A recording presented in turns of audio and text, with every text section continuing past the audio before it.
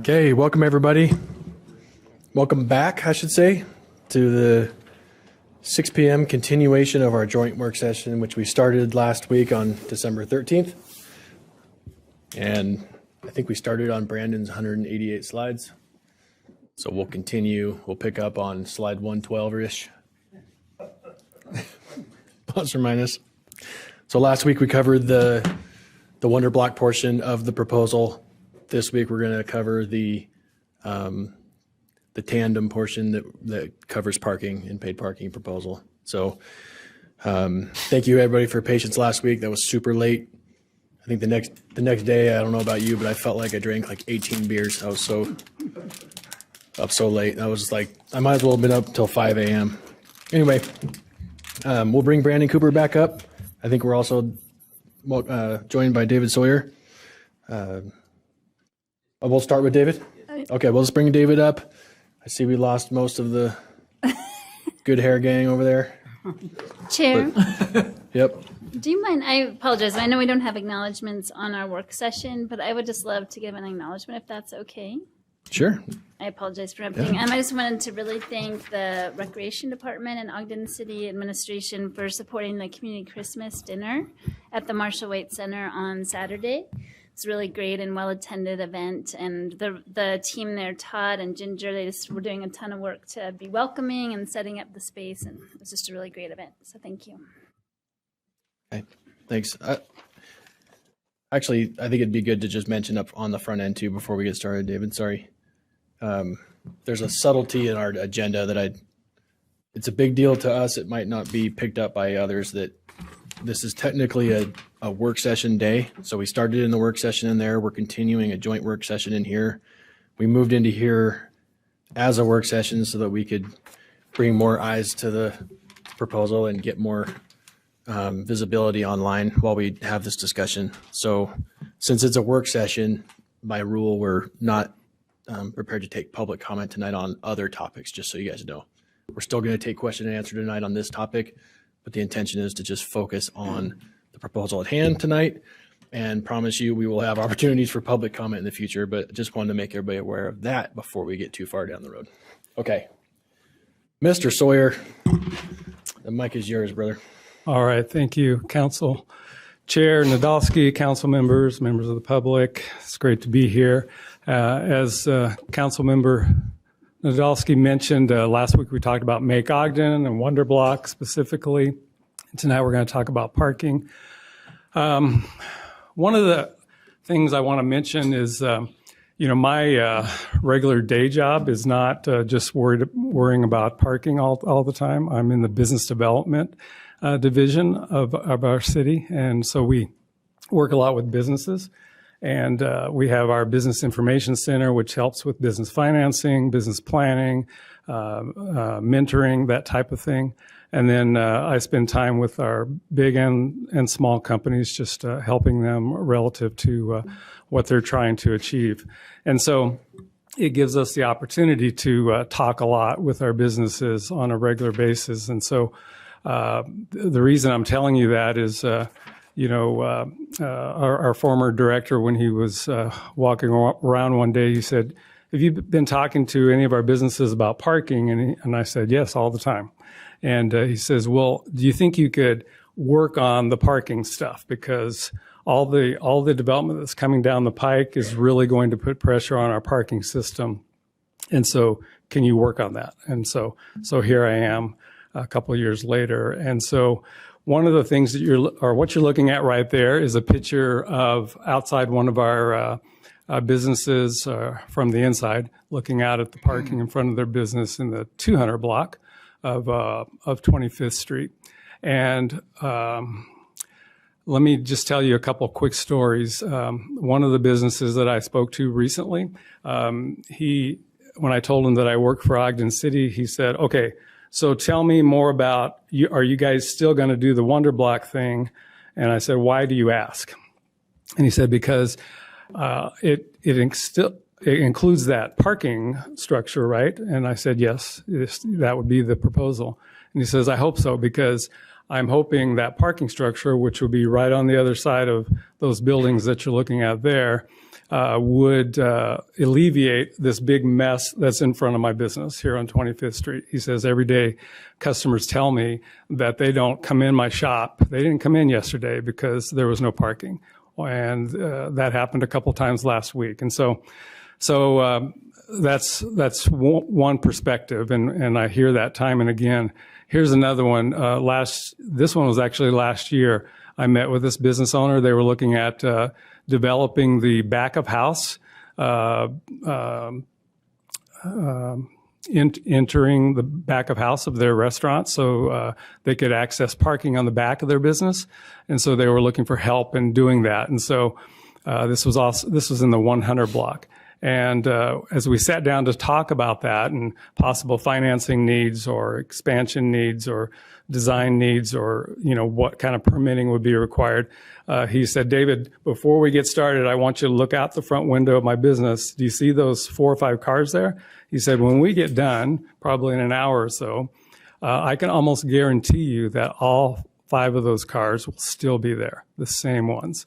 And he said, my business depends on pick up and drop off and take out, and it's killing me. That's why we're talking about other options, finding other places to make it easier for my customers to get in and out of here. This one was just recently. I was at a meeting of some residents downtown, and the business owner stood up and he said, congratulate you all for getting here tonight. I'm not sure how you figured it out, but congratulations, because you were able to figure out how to park somewhere down here, because as we all know, parking is a catastrophe on 25th Street, and I'm hoping that somebody's going to do something with that soon. So just a few stories that I think illustrate some of the parking challenges that we currently have in downtown Ogden. I took this picture. This doesn't have anything to do with the business. I just had fun with it because this was a creative parker. I tried to blur out the license plate so they didn't get in trouble, but somebody making a new parking space to probably run in and get something parking in the red zone there. This is right at Wall in 25th Street. All right, so downtown parking. So how do we address the current challenges for existing businesses? That's one of our perspectives and concerns.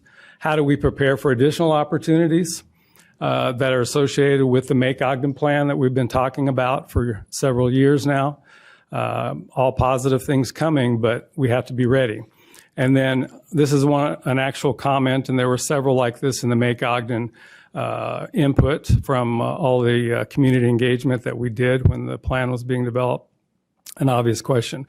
And this was prefaced by, I love what you guys are doing with downtown Ogden, but with all of the new residential and commercial development, bringing more people to downtown, where's everybody going to park? And so what we want to talk about tonight is the business input and current observations about what's happening downtown, very briefly, some of which we just did, the parking study that we commissioned and its recommendations, and the public feedback that we've received thus far in a similar format as we did last week with Wonder Block, and then additional questions and discussion. So just the current demand observations as we look around downtown. This is before we even commissioned the study. The observation was that if you look around, generally we have adequate parking across downtown. However, there are some areas, significant areas now, where they're almost always full. And nearby businesses have complained, as I mentioned, about congested parking hurting their business. Future demand concerns as Make Ogden moves along over the next 5, 10, 15 years, which it will redevelop areas that aren't currently occupied. It will redevelop some other areas, all positive things, but it will increase business, residential activities, reduce existing surface parking as we reduce the big expanses of asphalt parking areas, and replace those with structures for homes and businesses, and better utilize and leverage those properties. Increase the existing problem of limited parking spaces on 25th Street, and I would add Kiesel as well. and the adjacent streets, overwhelm existing parking capacity, and increase the overall parking demand that we are contemplating and hoping for relative to Make Ogden and the vision that's put forth there to increase our density, walkability, and the vibrancy overall of downtown. So, as I mentioned, last year we initiated a parking study to assess the needs of where we currently were and forecast where we thought it was going to go based upon the redevelopment plans. And we hired a third-party professional municipal planning firm that specializes in doing exactly this, analyzing municipal parking situations and challenges and coming up with recommendations and then tracking those over the years and what's worked and what hasn't worked in communities across the country. Kimberly Horn and Associates developed our pay parking program final report and are still engaged with us now. In fact, I believe Jeremiah Simpson is online today and may have an opportunity to ask him questions about how the report was developed, the logic, the methodology that was used to assess our current situation and project future needs as well as revenue projections. So very simply at a high level, the study results indicated very similar to what I had talked about as us observing previously. During peak activity, if you looked at all downtown parking, it was about 50% occupied at any given time, particularly during the peak times of the day. But there are some blocks where parking reaches or exceeds what they call the effective capacity threshold, which is about 80–85%. Which, when it gets to that point, the professionals tell us that it impacts negatively the accessibility for businesses in particular, and visitors make decisions on whether or not they want to visit, and it discourages them when they see that type of parking threshold or parking congestion. The study confirmed that, of course, that the additional plans that we have relative to Make Ogden will overwhelm the existing parking capacity as the congested areas will become even more so, and the parking capacity or the parking congestion will expand throughout downtown. So the recommendations from the parking study were included that primarily that Ogden City should consider implementing a paid parking management system, as has been done in many cities across the country that had similar challenges to address our current needs and our future challenges. The study also indicated a number of advantages that you see here in the list, the bulleted list here, that paid parking systems provide to cities. The third one down is really key, encouraging turnover within the most convenient and desirable parking spaces, generally on street, while adding and managing off-street parking resources and reducing overall congestion and increasing overall attractiveness to visitors, as well as an attractive place to live. So contingent upon the City Council approval, the proposal is to start proactively managing the existing parking supplies that we have and adding new parking facilities. So as I just mentioned, implementing the paid parking system will not only address our current issues and challenges in the high demand areas, but it will support the future development that we have planned and increase our overall capacity for more folks to live and work and enjoy downtown. So the proposal at this point is that we start implementing a new parking system within the next 2 years, beginning with the addition of the new parking facilities at Wonder Block and the paid parking in the most high demand areas in the downtown area, primarily reflected in the blue streets that are highlighted there. Then expanding over the next several years into the yellow and orange areas that you see there. That, depending on the logistics of it, that could take us 3 to 5 years is our projection, and our revenues are associated with those projections. So the investment in the public parking system that we are proposing includes the 2 parking structures at Wonder Block, which we just mentioned, and the paid parking systems updated throughout the downtown area.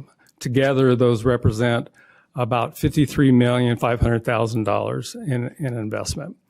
And it's important to note that all of the public parking elements, including the on-the-street kiosk or the license plate recognition systems and the structures, will be owned and operated by Ogden City Municipal Building Authority, and that the Building Authority's investment contribution to this project will not require an increase in property or sales taxes. And instead, as shown here in this chart, you see the $53,500,000 with a max par bond not to exceed $85 million.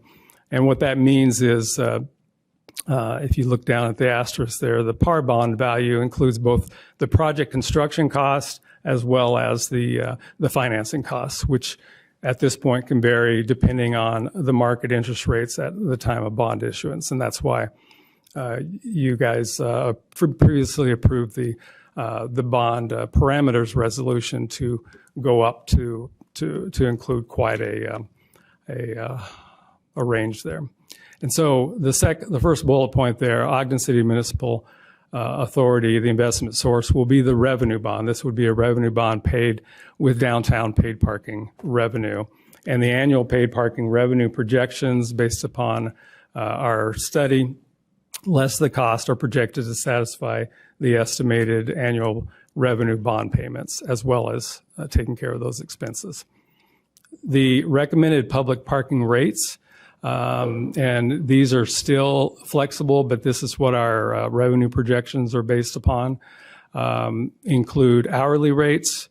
It's anticipated that the reason you see ranges there is because we expect to treat street parking differently than parking lot parking, convenient parking different than parking that's a little farther away or in less used areas.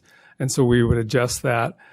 We would have the ability to offer monthly passes or monthly parking permits, special event rates that would be adjusted depending on what's happening downtown, such as concerts, that type of thing. And all of this would ultimately be considered by the council in terms of adopting a public parking rate resolution that would provide some latitude, so a range, that would allow for that type of flexibility depending on what's going on or what the experience has been in the first year or two of our public parking system.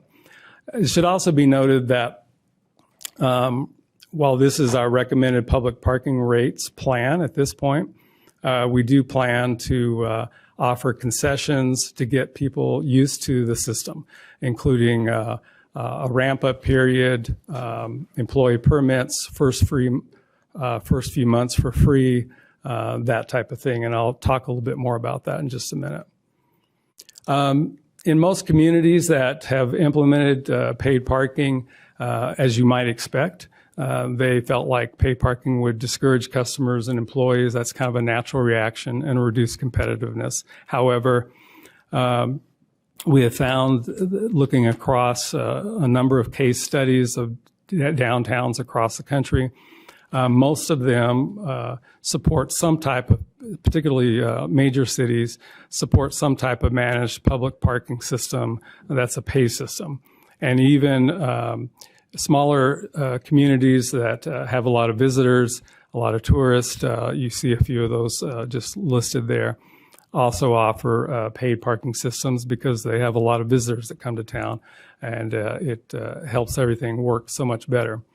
So how the paid parking system will work, it's expected the system will utilize what we call a multi-space meter kiosk, as opposed to like the meters that you used to see in front of each parking space, and an enforcement system supported by pay-by-license plate methodology, along with options to pay by app on one's cell phone or text to pay. It would be similar to the system that's currently in use at the Ogden Airport, which already interfaces with our city's information technology group and our management services department. The picture that you see there is an actual parking kiosk inside the front door there of the Ogden Airport. And the plans would be to include as I mentioned, an introductory free period to allow everyone to get used to the system. So I want to spend about 10 minutes just talking a little bit about some of the previous feedback that we received in all these different forums, whether it was individual meetings with businesses or organizations or open houses or social media comments. And we're not addressing all of them. We've combined some of them into common questions and then responses. But I just want to spend a few minutes and go through these. Dozens and dozens of them. How will my business or how will businesses benefit from managed parking? So based upon the experiences from other communities that have implemented managed paid parking systems, impacted business have benefited in a number of ways, including these here. More reliably available parking for customers due to high turnover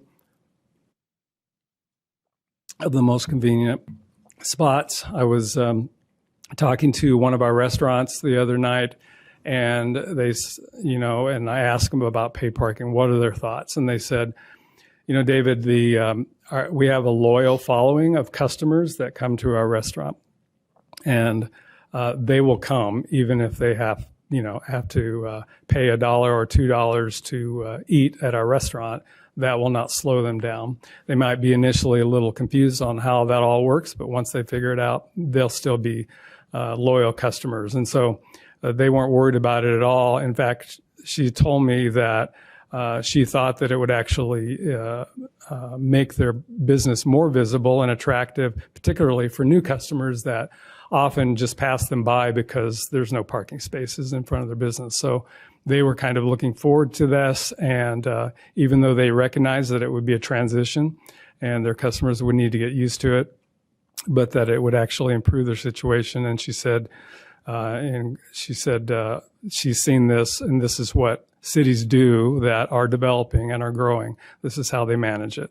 And so she got that. And so anyway, other advantages: more vibrant, attractive downtown shopping area for customers due to increased walkability, bikeability, and more attractive downtown for increased investment, as it appears, and it is the case, that we've got our parking under control. We have a management system. All that leads to more businesses, jobs, residences downtown. All good for Ogden City overall. Has there been any feedback from businesses? I've told you a few of them. But yes, we've had a number of recent meetings with individual businesses and stakeholder groups, and we're trying to consider all of those perspectives. A lot of good ideas have come out of those discussions, and from that feedback, here's a few of them. Someone suggested that we have higher rates in the high demand areas and lower rates in the lower used areas. Makes sense. Somebody suggested the first 15 minutes should be free to accommodate quick stops. Makes sense. And it might alleviate the need for us to have pick up and drop off free spots if everybody can get the first 15 minutes free. Parking, this was a statement: parking is a problem downtown and we need better paths to off-street parking. Shorter parking time limits should be implemented on the busiest streets. I would counter that with also in some of our business discussions, some of the restaurants have put forward that 2 hours, if they particularly have a restaurant and a bar situation, is not long enough. But in a paid parking situation, it's up to the customer how long they want to stay. Currently, a lot of the streets downtown have the 2-hour limit. And so regardless. Here's another one. We should have reserved spots for customer takeout pickups. The current parking situation hurts my business as non-customers like nearby employees take up spaces in front of my store and stay too long. Increased enforcement is needed to reduce parking too long. Require employees to park in more remote lots and maybe provide a shuttle. Someone said only charging $1 for an hour on 25th Street undervalues what our unique downtown offers. I like that. The planned nearby new New parking garages will help reduce the current mess of parking on my street and make stopping at my business more attractive. Offer virtual parking permits for employees, residents, shoppers. Designate a portion of the parking fees for some type of downtown improvement. Convenient spaces have a value. People will pay for those spots if they are convenient and they're available. An organized parking system would provide confidence to visitors that they can easily find a spot, which would improve business. And finally, the paid parking system should accommodate customer parking validation. Some additional questions. Have initial concessions been considered to allow everyone to get used to the new paid parking system? We talked about this a little bit earlier, but yes, for the first 3 or 4 months after paid parking equipment's installed in any area, and so that'll vary. Parking will be no charge if the parking app or kiosk is used. And then a grace period is being considered for businesses with existing free parking permits for employees. Lower parking rates or validations are being considered for the first several years. And then contracted parking spaces related to lease spaces will be honored according to the lease terms. So the question someone asked was, will the parking revenues cover the cost to improve and operate the parking system? What you see there is on the graph, and it's a little, so just if you just look at the colors, revenues in blue, and this is out for the next 10 years. Operating expenses in orange. The technology costs are so low you can't see them on this chart, but the system net operating income is shown in the gold line there.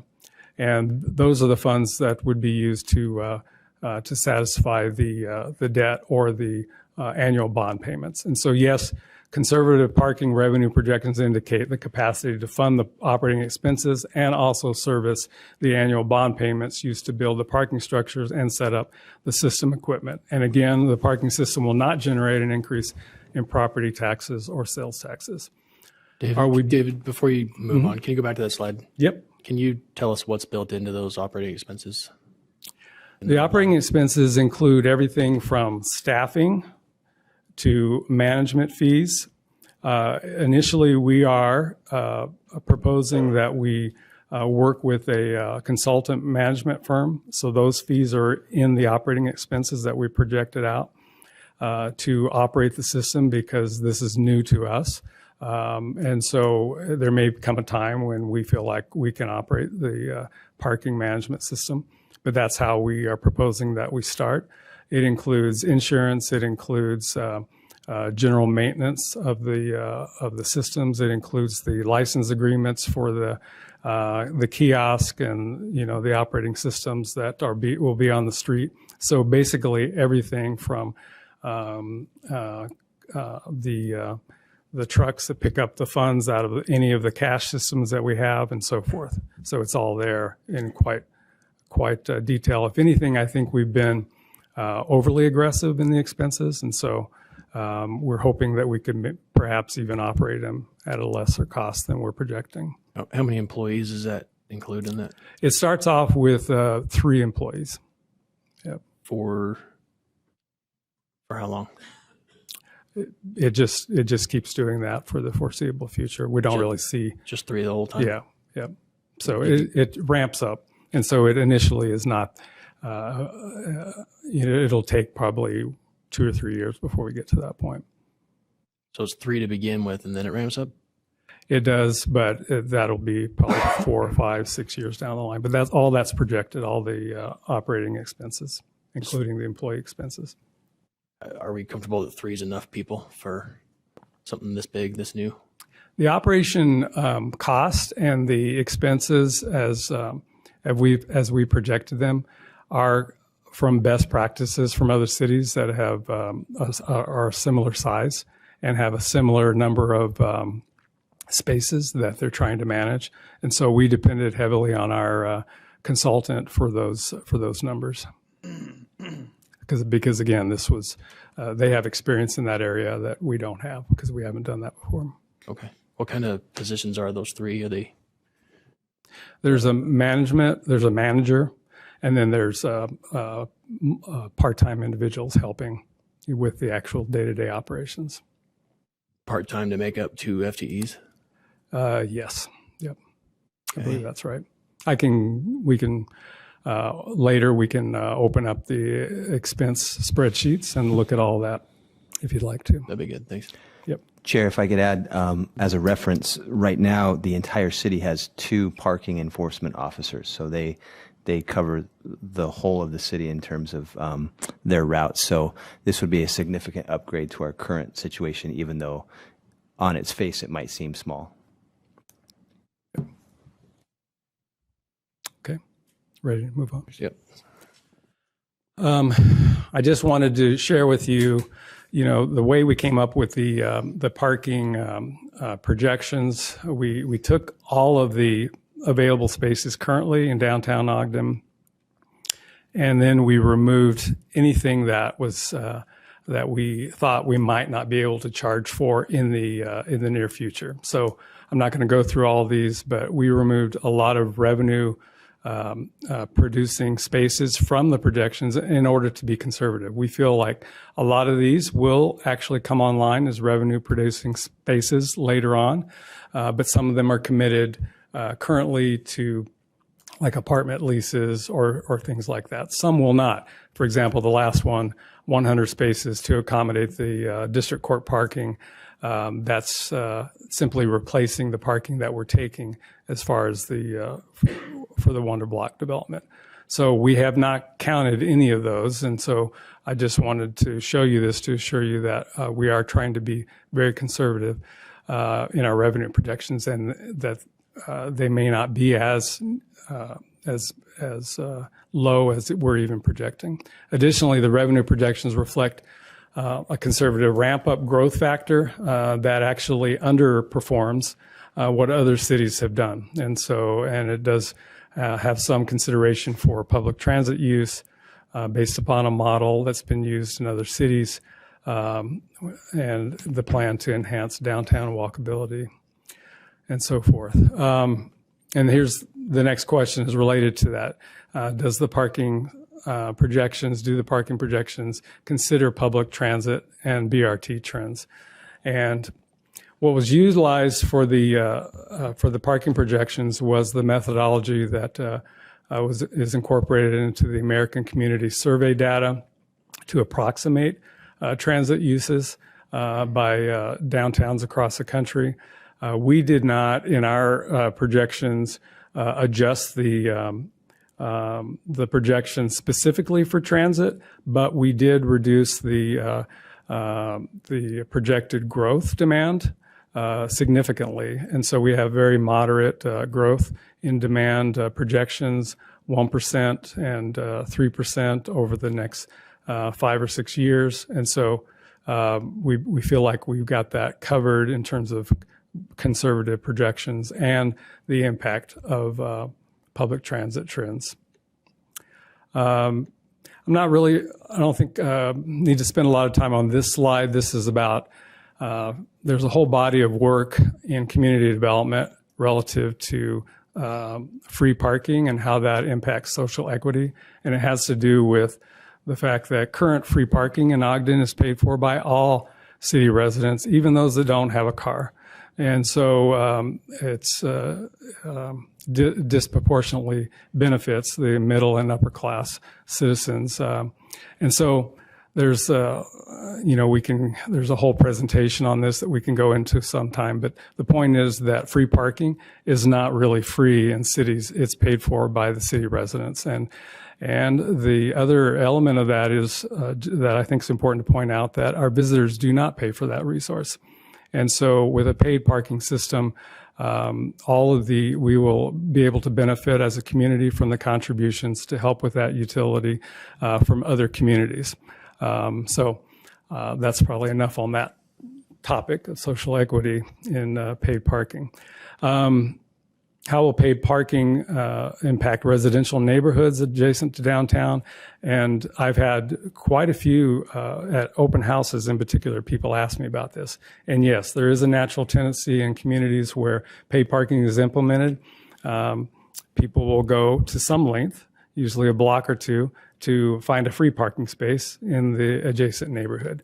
And so there are successful models from communities across the country on how to deal with that, that we can tap into for our implementation. But we do anticipate there'll be some need for some parking signage and some permanent parking permits in adjacent residential areas as needed. Accessibility, I've been asked about, but yes, we do plan on special parking for individuals with disabilities, and accessibility on street residential parking. We may need to have a sign system for that as well, and issue permits on a case-by-case basis, and there would have to be certain conditions that would qualify individuals for that special parking. And again, this is something that doesn't need to be invented. It's being done all over the country successfully. Somebody said more parking is needed to support businesses on 25th Street. What's planned to help with this? And of course, obviously the new parking structures at Wonder Block will provide additional public parking just south of 25th Street with very convenient pedestrian access, and new pedestrian paths are also planned to enhance parking to the north as well. And of course, the fact that paid parking will encourage faster turnover will make better use of the convenient spots and help with business customers as well. Won't paid parking keep visitors from coming to downtown? Local businesses, our own local businesses have indicated, and I can't tell you that it's all of them, of course, but I've not talked to all of them, but local businesses have indicated that once their customers figure out how the system works, paid parking will not discourage their customers. They feel like they offer something that is more valuable than that inconvenience, and it will likely bring more customers to the business as parking access will be improved. And this has been proved out in other cities as well that have experienced an actual increase in downtown business after the implementation of paid parking. Won't paid parking actually improve public transportation in downtown Ogden? And of course, you guys talked about this a little bit earlier, and that corridor that you're looking at there in that photo is the location of the new bus rapid transit system that will be coming online or being built over the next 6 months or so, 6 to 8 months. And so, yes, other communities have indicated that public transportation actually increases with the introduction of paid parking, which also makes our parking management system, it complements it really in terms of making it more successful and accessible. Somebody wrote last week, this was an online, they said, I've used parking apps, digital paid parking in other cities, and I found it's pretty easy. Is that what Ogden is proposing? They were asking about the apps in particular. And so, yes, once the system's approved, we will be providing information. We're anticipating an e-commerce website with questions and answers, maps, a way to purchase your monthly permits if you want, or to pre-arrange and buy parking permits in advance. All that will be online and available, and of course we'll have the written materials as well. But initially the plan is, again, to provide free parking for several months with the use of the parking app to help people get used to the system. Why not just build more parking and keep it free? Of course, there's a big cost to building more parking. But we do know, based upon current and up-to-date urban planning and design principles, that parking should be, of course, right-sized, not oversupplied. And the downside to what's happening in what has happened over the last 20, 30 years in urban communities is the expanse of asphalt parking lots. And they take up space that reduces walkability and reduces the ability to develop those properties in more appropriate ways, and reduces the placemaking potential for places like downtown Ogden. And it reduces, I like this, interrupts the type of dense urban fabric that makes downtown a downtown. Parking lots don't do that, and that's why we have to be a little more creative in the way that we manage our parking systems. We have to go up and down more. We have to manage the turnover better and make it more convenient for customers and travelers and visitors to the downtown area, and make the downtown more successful economically and livability-wise as well. I don't think paid parking works anywhere. Can you tell me where it does? And so, yes, we have positive examples from many communities, similar in size to Ogden. I listed a few of them here. Here's a quote from a city, Rapid City, a representative from their city said, "We have a lot of support from our city for paid parking. Our citizens are very receptive to the new plan. Our business owners and other stakeholders are supportive of it. The biggest goal is parking turnover. Previously, the biggest problem we had was 2-3 hour parking downtown. So employees would park right outside their place of work and move their car every couple hours, which takes up prime parking. The new system discourages that. We have permits for employees on the periphery." So that's kind of the conclusion of my formal comments. But, in terms of expected outcomes, we get asked this quite a bit. Why does community and economic development, why are we always pushing to improve things or change things? Which upsets people, I know. Change is hard. But it's really about building our capacity to sustain ourselves economically and the economic vitality for the decades to come. And without doing anything, we'll fall behind. And it's about placemaking, making downtown a great place to be, an attraction in and of itself. And when we improve downtown Ogden, it improves the life for all of our citizens and our entire community, even outside of downtown. So we put that forward to you. And I think at this time, and by the way, if anyone has any more questions about the system, including the entire parking management plan, it's online at ogdencity.com, Go Park Ogden. There's also a feedback link there. And I'll put these information cards on the back table. It has so you don't have to write that down. There's a link to that website is here as well. So I'll put those on the back table. And so now I think the plan, Chair, is to open it up for you guys to talk and ask questions. And we have Mr. Cooper over here to help with that. And we have Jeremiah Simpson online, I think, and Damon Burnham as well, who's a specialist in some of the financial projections relative to this project. Perfect. Brandon, is Rich still with us online too? Great. Okay, questions from council to start with? So, David, I have a couple of questions before you head out. One, you mentioned a ton of advantages. What are some of the disadvantages? I think the disadvantages might include just the initial stress of something new. I think there likely will be some resistance initially, but I think once everyone sees how easy it works and that they're able to find spaces now where they're frustrated and can't find spaces, I think we'll get through that pretty quickly. When I've talked to some of the in some communities, they handle this differently. Some have parking authorities, some have parking departments, some have the consultant that they work with that manages the whole system. But when I've talked to some of the parking authority directors or managers, they would tell me that it's likely going to be somewhere between 2 and 6 months of people asking a lot of questions and expressing concerns and being confused. So that's probably the thing that worries me the most, and that's why the communication piece of this is critical. And so I could see us communicating both in paper form as well as online, and it'll be continual for a year or two, outward aggressive efforts to communicate about the system and the pros and the reasons why we're doing it.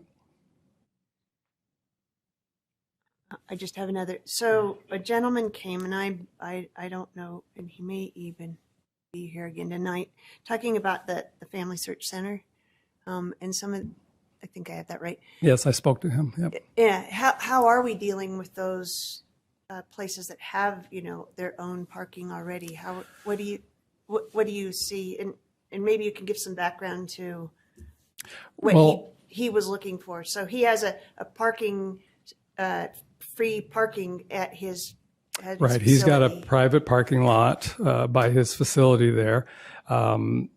even now, sometimes he finds that folks are parking there that shouldn't park there. You know, they're not his patrons, and so he's worried that the new parking system will make his free private lot more attractive. And so, yes, we're going to have to do something with signage and enforcement. I'm not sure what that looks like yet for each individual private lot, but yes, that will put some pressure on the private lots.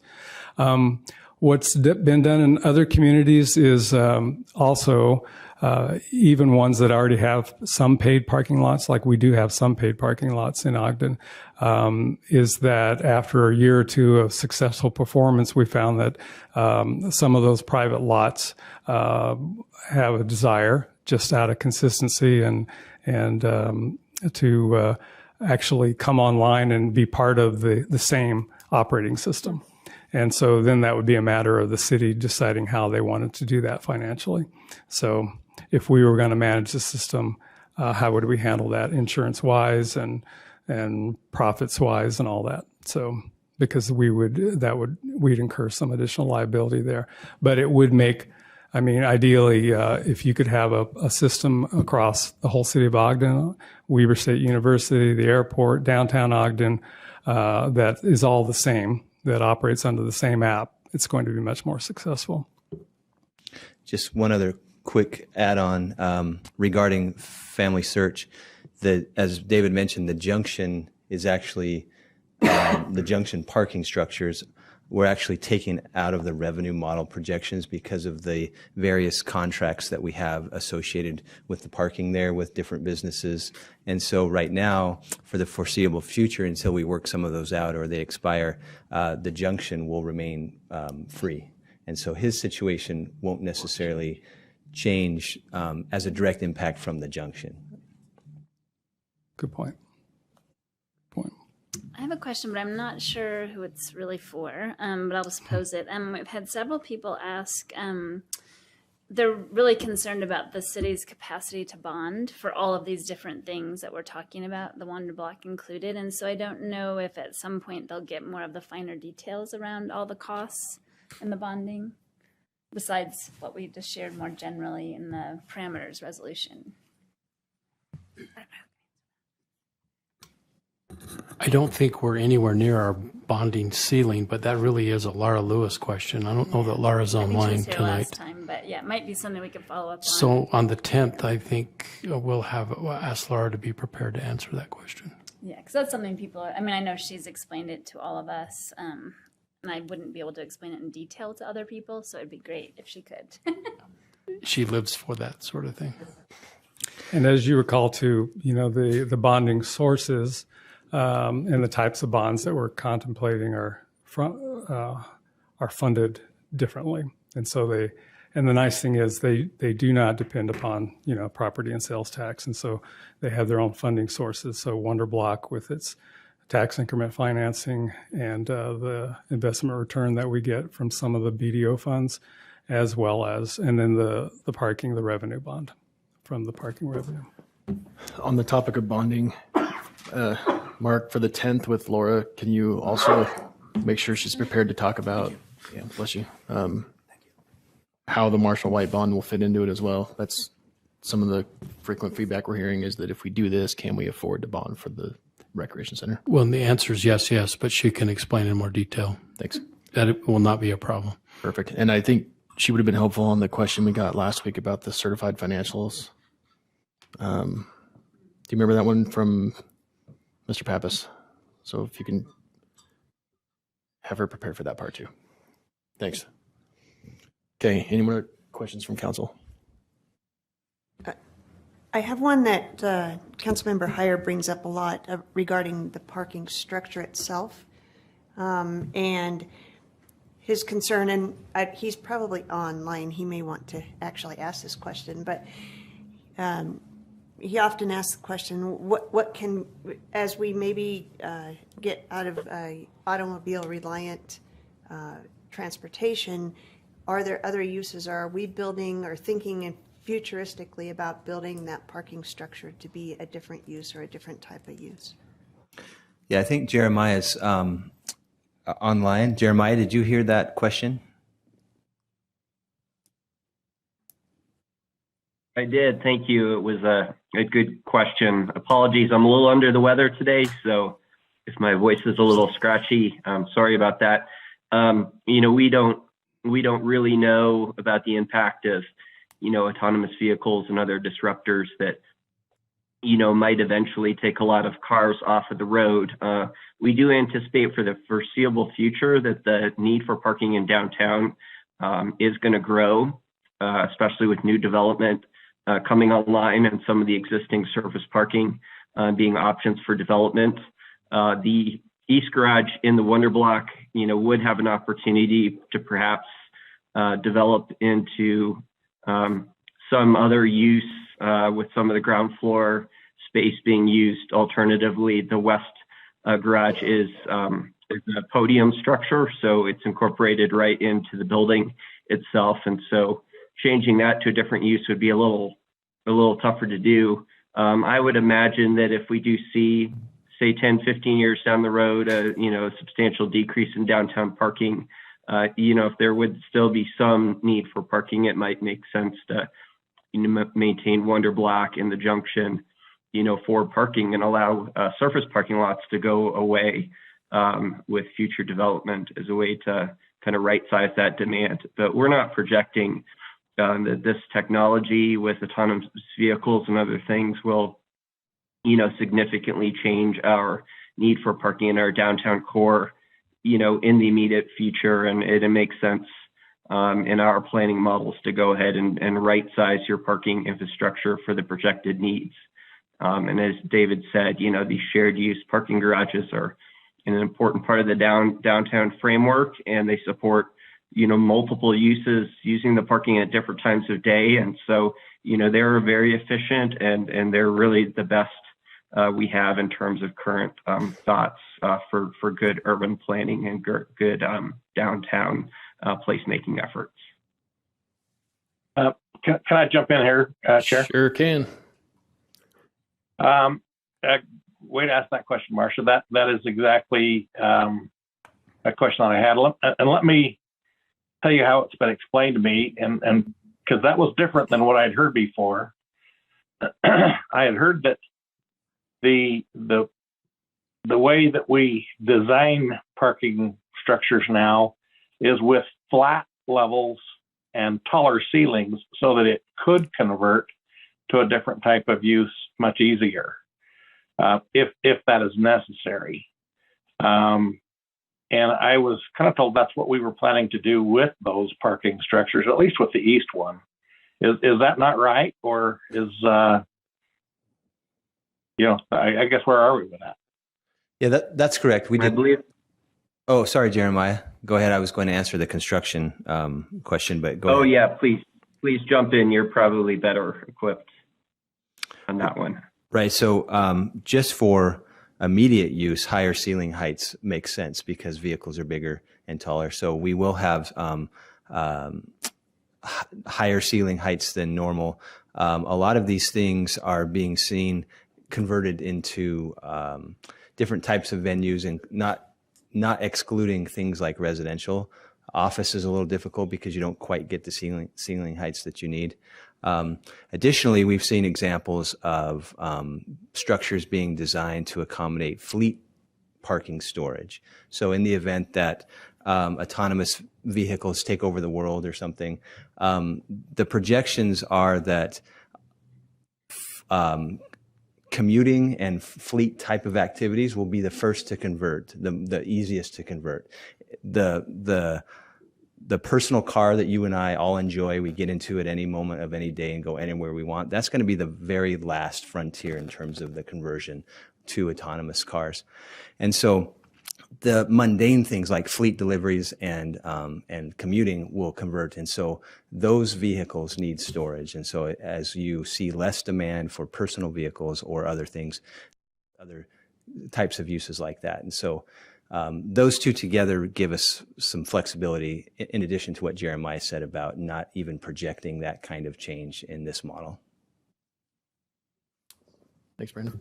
I had a question. We're talking Talking about the parking experience, and sometimes it's stressful to pull into a parking garage and just go up and down and wonder if there's going to be a spot. And anyone who's traveled lately in Salt Lake City, you pull in and it'll tell you how many spots are available. And I think even to the extent that a red light over the stall shows that it's occupied and a green light shows that it's available. And I know we've talked about that in the past, but is that something that we're looking at implementing as part of this parking plan? Go ahead, Jeremiah. Yeah, so we have not built in any expenses right now for parking guidance systems. These are great products that are on the market now.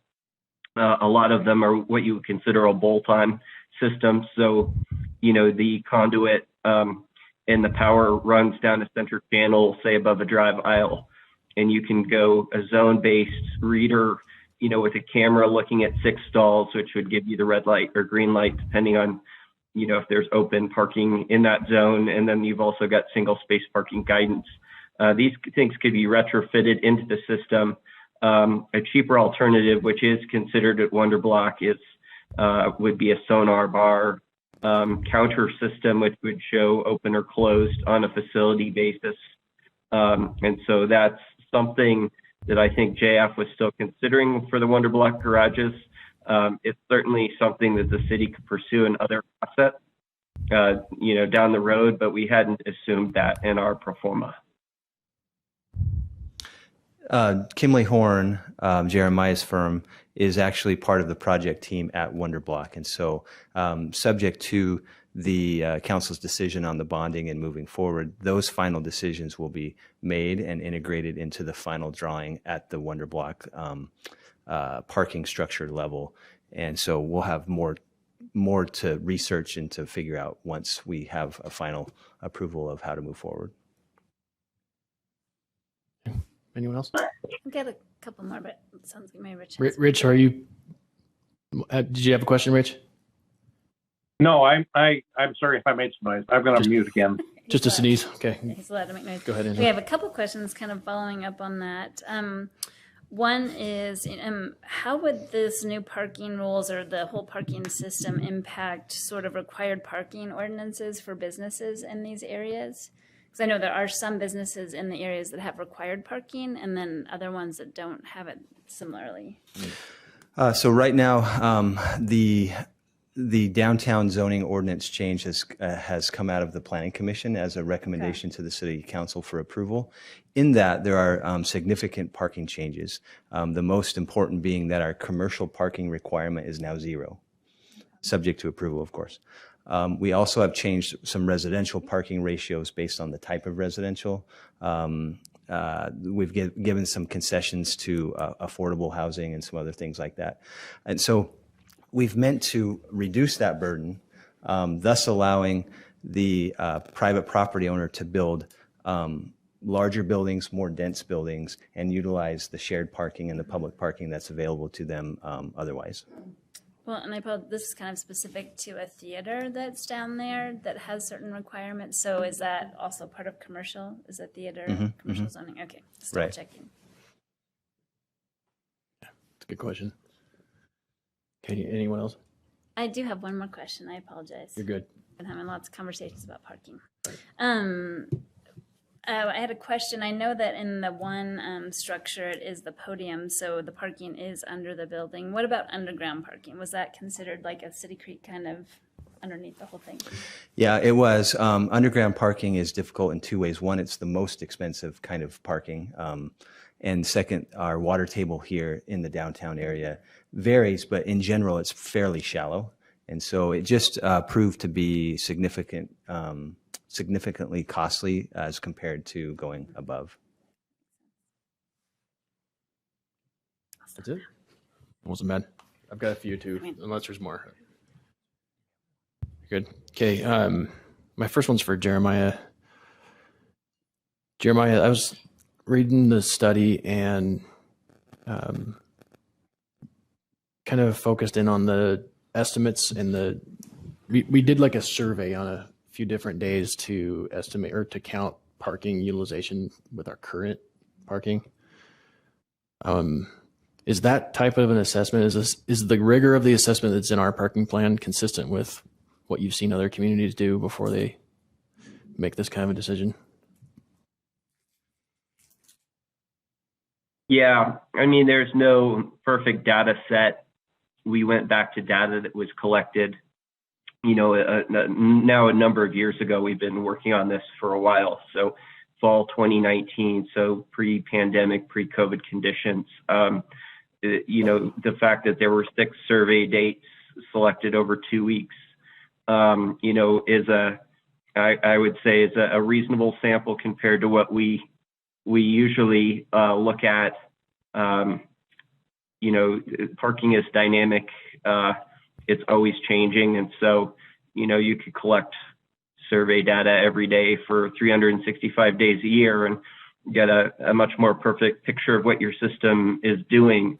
For the revenue projections, we've taken what we had collected in 2019, and we had applied some fairly conservative assumptions regarding how many times on a weekday or weekend those spaces would turn over. And because we were looking at occupancies around 50%, we weren't kind of overburdening the system with, overly ambitious projections of demand. So we've taken a pretty conservative baseline, used the average rather than the peak across the 6 kind of survey counts, divided by kind of weekday and weekend and evening and evening, and then used a conservative kind of turnover of that demand number. So if anything, I think we've been conservative at all points, and perhaps we've understated revenues, which is always our hope.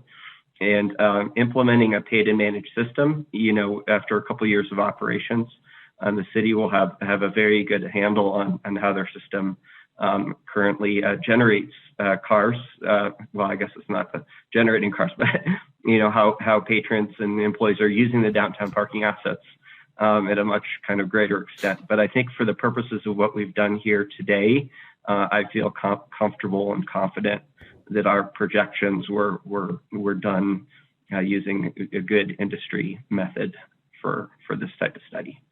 Okay, is there any possibility that we're over projecting revenues? I think this question might have come up at a last council meeting. And I would say, there's always a risk of downturn. We saw a lot of city downtown systems get, hit by COVID. That's an atypical condition. And I had cited, the risk of, Wonder Block or another, project. It's really Wonder Block because that's where our significant amount of demand for the next few phases of downtown is coming from. So if that project, went belly up and was not tenanted for some reason, that would be the largest downside risk to revenues. Okay. I'm focused on those. Sorry, I'm looking down at, I feel like I'm looking you in the eye. I'm looking at my screen down here, but I don't have my head down. Yeah, no problem. I'm kind of focused on those estimates because in my day job, I work in a world where we use a lot of models, and your models are only as good as the data that goes in, right? And because and this is kind of going to lead to my next question. I feel like we're starting on like step 10, and then we're going to get to work at step 1 after we make a decision on step 10. And so we're basing a lot of this on something we've never done before, which has been clearly admitted, but it requires a lot of estimates. And then sometimes it feels like we have a lot of estimates, and then you put an estimate from an estimate, and before long, that whole conglomeration of estimates starts to look a lot like guesses after a while, or makes me worry that it is. So in my day job, we know you don't have to count vehicles every day. We don't do that. We use a multi-strata random sample from day, night, weekend, weekday, seasonal, holiday, etc. Come up with a subsample, and we do a count. It gives us a more rigorous number to estimate the number of people that are fishing in a reservoir. So that's the level of rigor that goes into estimating the number of people that fish in a reservoir, and the consequence of getting that wrong is way less. So I was just surprised that we were using 7 days selected from just a 2-week period out of nowhere, it didn't seem as rigorous to me as it should be, given all the uncertainty of starting at step 10 before we get to step 1. Does that make sense? So it's kind of a comment, Jeremiah, but it's also a question, why are we starting at step 10? Where the study said, start by implementing paid parking downtown, have a grace period, learn from the revenues that you get. Once that grace period's over, reconsider and then go to the next step. It feels like we're going all the way to the building, the big structure, before we even start to charge parking on the street. It's feeling like I think I understand the concern, and it really comes back to this kind of the survey day or sampling error. And they were collected a couple of weeks apart, and we felt that the 6 survey days, when we reviewed the data, they were typical, the conditions that, were being experienced in downtown. Folks we worked with in planning didn't have any feelings that these were atypical conditions by any means. So the other thing that we do, and I can appreciate a little bit of what you do, because that sounds, a very familiar process. And I just recently did a parking study for Marina, and we were talking about whether we should be estimating based on, number of boat slips, or whether we should be measuring the size of the lake to figure out how many parking spaces it needed. So anyway, there's a lot of creativity that goes into problem solving, whatever field you're in, and to analyze. So, what we do is we go back and benchmark. And so, we have revenues per space per year for, comparable paid parking systems that we've had the privilege to work with over the years. And so, we do a back check, and that's a lot of times where, David said, well, we feel like Kimley Horn's a little bit high on the operating expenses. We come back to, what we hear from our partners in terms of what they're paying O&M. And so we do the same thing on the revenues per space for a downtown municipal system. And Ogden was, was not, kind of with where we judge Ogden to be on your life cycle of redevelopment opportunity. We wouldn't expect you right now to be in the top 10% of performing cities. So we had kind of looked at that average or median and said, are these revenues per stall that we're projecting reasonable? And I think they were. So that was the other check that we did on this pro forma. Okay, thanks. And I don't want you to take my questions as critiques on your credibility or anything like that. It was something that jumped out at me as I was reading it, and in my seat, it's just really nerve-wracking to have such a big single decision on. So for me, I just really want to look at those inputs and feel comfortable with them. So additionally absolutely. To Jeremiah's comment, and all of the national data that they collect and use as baselines and benchmarks and back checks and those kind of things, which methodology I think is universal in terms of that kind of approach. We also have been looking at parking for over 3 years. If you recall, Greg Montgomery was kind of commissioned to start to look at parking, counting stalls. So he did a number of exercises over a number of years in terms of looking at parking data. We've also been managing parking at the junction because we have a finite availability with increased demand over time. And so we have a model that we use. It's rudimentary compared to Jeremiah's model, but it has given us a very clear picture about supply and demand issues isolated at the junction. And so all of that goes into this model, and I think it does provide a very healthy data set in terms of the interpretation. Additionally, to your second part about starting at step 10 and working backwards, the council does really have 2 separate decisions to make. You could implement paid parking at the street level independent of Wonder Block. But because Wonder Block is, the timing of Wonder Block is concurrent, then those 2 things go together. So if you chose to not approve the Wonder Block project, you could still approve a parking management system on the street parking and the surface parking, which would be a much less, much smaller consideration in terms of its investment. Obviously, that's not our proposal, and I hope you understand the reasons why. It doesn't meet the goals that we're trying to meet. But those two things are only connected because of the timing. You can separate them if you would like. Yeah, well, I think the timing is important. It's maybe I don't dish out compliments enough, as I'm told, but I have to compliment the rigor of thought that has gone into this concept is pretty dang impressive. Another example is the Planning Commission's recommendation that's on its way to us. The number of factors that are in various lanes all parallel to each other, just the coordination of that is pretty impressive. So I hope the community recognizes that. As far as proposals that have come before us, I don't think I've ever seen this much attention put onto a single proposal. So that's something that's important to me too. I have to wonder why we're pressing the timeline like we are is what I'm getting at. I'm just being candid because I genuinely have tossed and turned at night about this vote coming. And we've got kind of a tumultuous year ahead with an election cycle coming that's going to be probably a pretty messy and drama-filled year. And so no one knows what the outcome of those are other than I'm not going to be here when it's all done. And so I do ask myself who will be responsible for implementing the decisions we're making today, so I just want to put that out there because it's something that's pretty forefront on my mind as we're discussing this.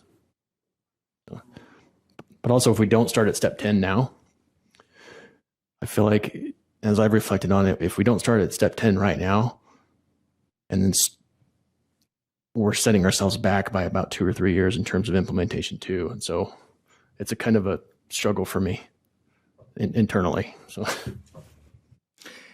And regarding the timeline, because of the nature of how we do business together as council and administration, the timeline for us, it has been 6 years, right? Yeah. This started even before Make Ogden. I've been here for almost 16 years, and we've been focused on these principles, and they're now manifesting themselves into products that we can all touch and feel. But these principles have been alive and well for all the time that I've been here. And so it probably does feel like the manifestation of the product is quick, but it has taken, as you have observed, hundreds and hundreds and hundreds of hours by really smart people to get to this point. And there are a lot of economic pressures in addition to political pressures that we consider. I've talked about the donut hole concept that Ogden can become as development occurs around us, even in smaller cities who are doing much bolder moves than this, relatively speaking. Clearfield is a good example. Roy's a good example. So we have facing us economic pressures that will cause us to be surpassed again. We're just trying to correct the last 40 years of disinvestment and the markets overlooking us, and we're now in the game. And so these are just the types of things that cities do to stay competitive, to stay viable, and to provide that placemaking element that's so important to us. And my compliments to you, Brandon, for just how rigorous and transparent you've been with this. It's interesting because we have been doing this for years. I used to be a fish biologist. I'm still in public administration, but it's in a completely different resource. And it has taken me this entire journey to get to my level of understanding that's still inadequate at the moment. And so it was hard all these years to understand where we were headed to this big of a moment. But I'm just, as I'm reflecting on this decision, I want to make sure I'm not setting up future administrations with a gamble that we took. You know what I mean? So, and I know that you feel the same way. This isn't even our biggest moment. A lot of these folks are here to talk about Union Station or hope that we talk about Union Station. And really, all of the feedback and all of the input that we've received over hours and hours and years of public engagement has all focused on the fact that Union Station is the big moment. But as we learned through the Minnecazi study and through our Make Ogden activities, is that you step up to that big moment. So we haven't, and nothing's a silver bullet in the meantime. So Wonder Block is not going to save the city from decline, but it's those individual steps that you take, and we're stepping on the backs of other councils that have made big decisions in the past at the Junction and at BDO and at the Winco. That was a big moment back in those days. So the Union Station really is the ultimate manifestation of our value, and we'll never get there unless we take these other steps. That's my belief. We should pay you to give pregame speeches. Okay, my last question. This is super fast, David. I just wondered if we could get access to the raw business feedback. Appreciate it. Okay, are we good to take public questions now? Sorry, mine was so long. Can I just ask one real quick, just clarifying? I don't know that Brandon, can you just clarify? So Kimley Horn, what role will they play with, or they'll continue to play a role with the city with their expertise in the parking? In what way following the construction? Did I hear that right? I didn't. Right. So there will be a third-party management firm that will help us through the implementation. That's not Kimley Horn. Okay. That's not their business. But Kimley Horn is, again, part of the project team, so they will likely be part of the implementation of the Wonder Block if that goes forward. And then certainly we will utilize their expertise in technology specification and procurement. Okay. Yeah. Thank you. That helps. Yeah. And I thought I also heard Jeremiah say they were going to cut check for any shortages in revenues that were projected. Yeah. Okay. Don't worry, I'm kidding, Jeremiah. Don't want to get you actually sick in front of the camera. Okay. Lou, bring it, baby. Ow. Oh, sorry. All right. Hey, my name's Al Jones. I'm a member of the Ogden community for many generations. I want to quickly, I'm going to wax on a long thing about Union Station later, not tonight. That's good. You got 2 minutes. I'm way for paid parking. Let's go to step one. Let's implement paid parking citywide. Get that taken care of before we hinge it to this parking structure. Public transportation. Right now, if you look at the survey that Kimberly, whatever did, you'll find that the occupancy of the structure up on Grant is 30%. Well, yeah, that's nowhere near. So why aren't people doing that? Because they don't want to walk. So I think that we need public transportation. We need a way to get people around the downtown.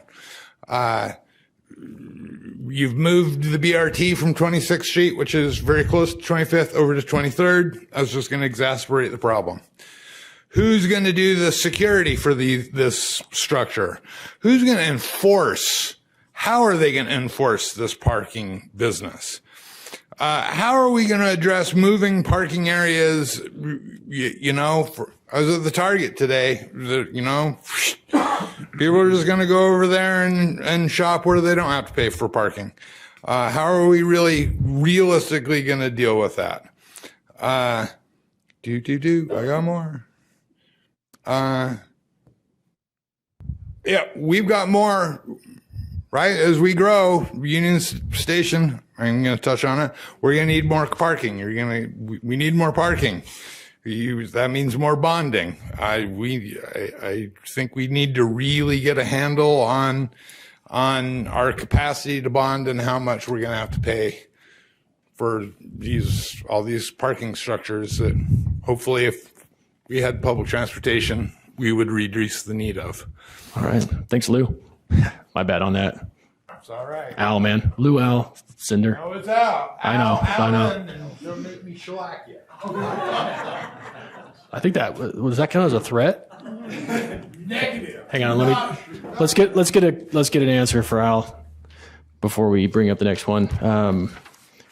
So Brandon, I think a good way to summarize the who will do security, who will do enforcement, kind of gets back to that question I had about how are we going to provide services beyond just the 3 FTEs that were identified in the cost. Right, so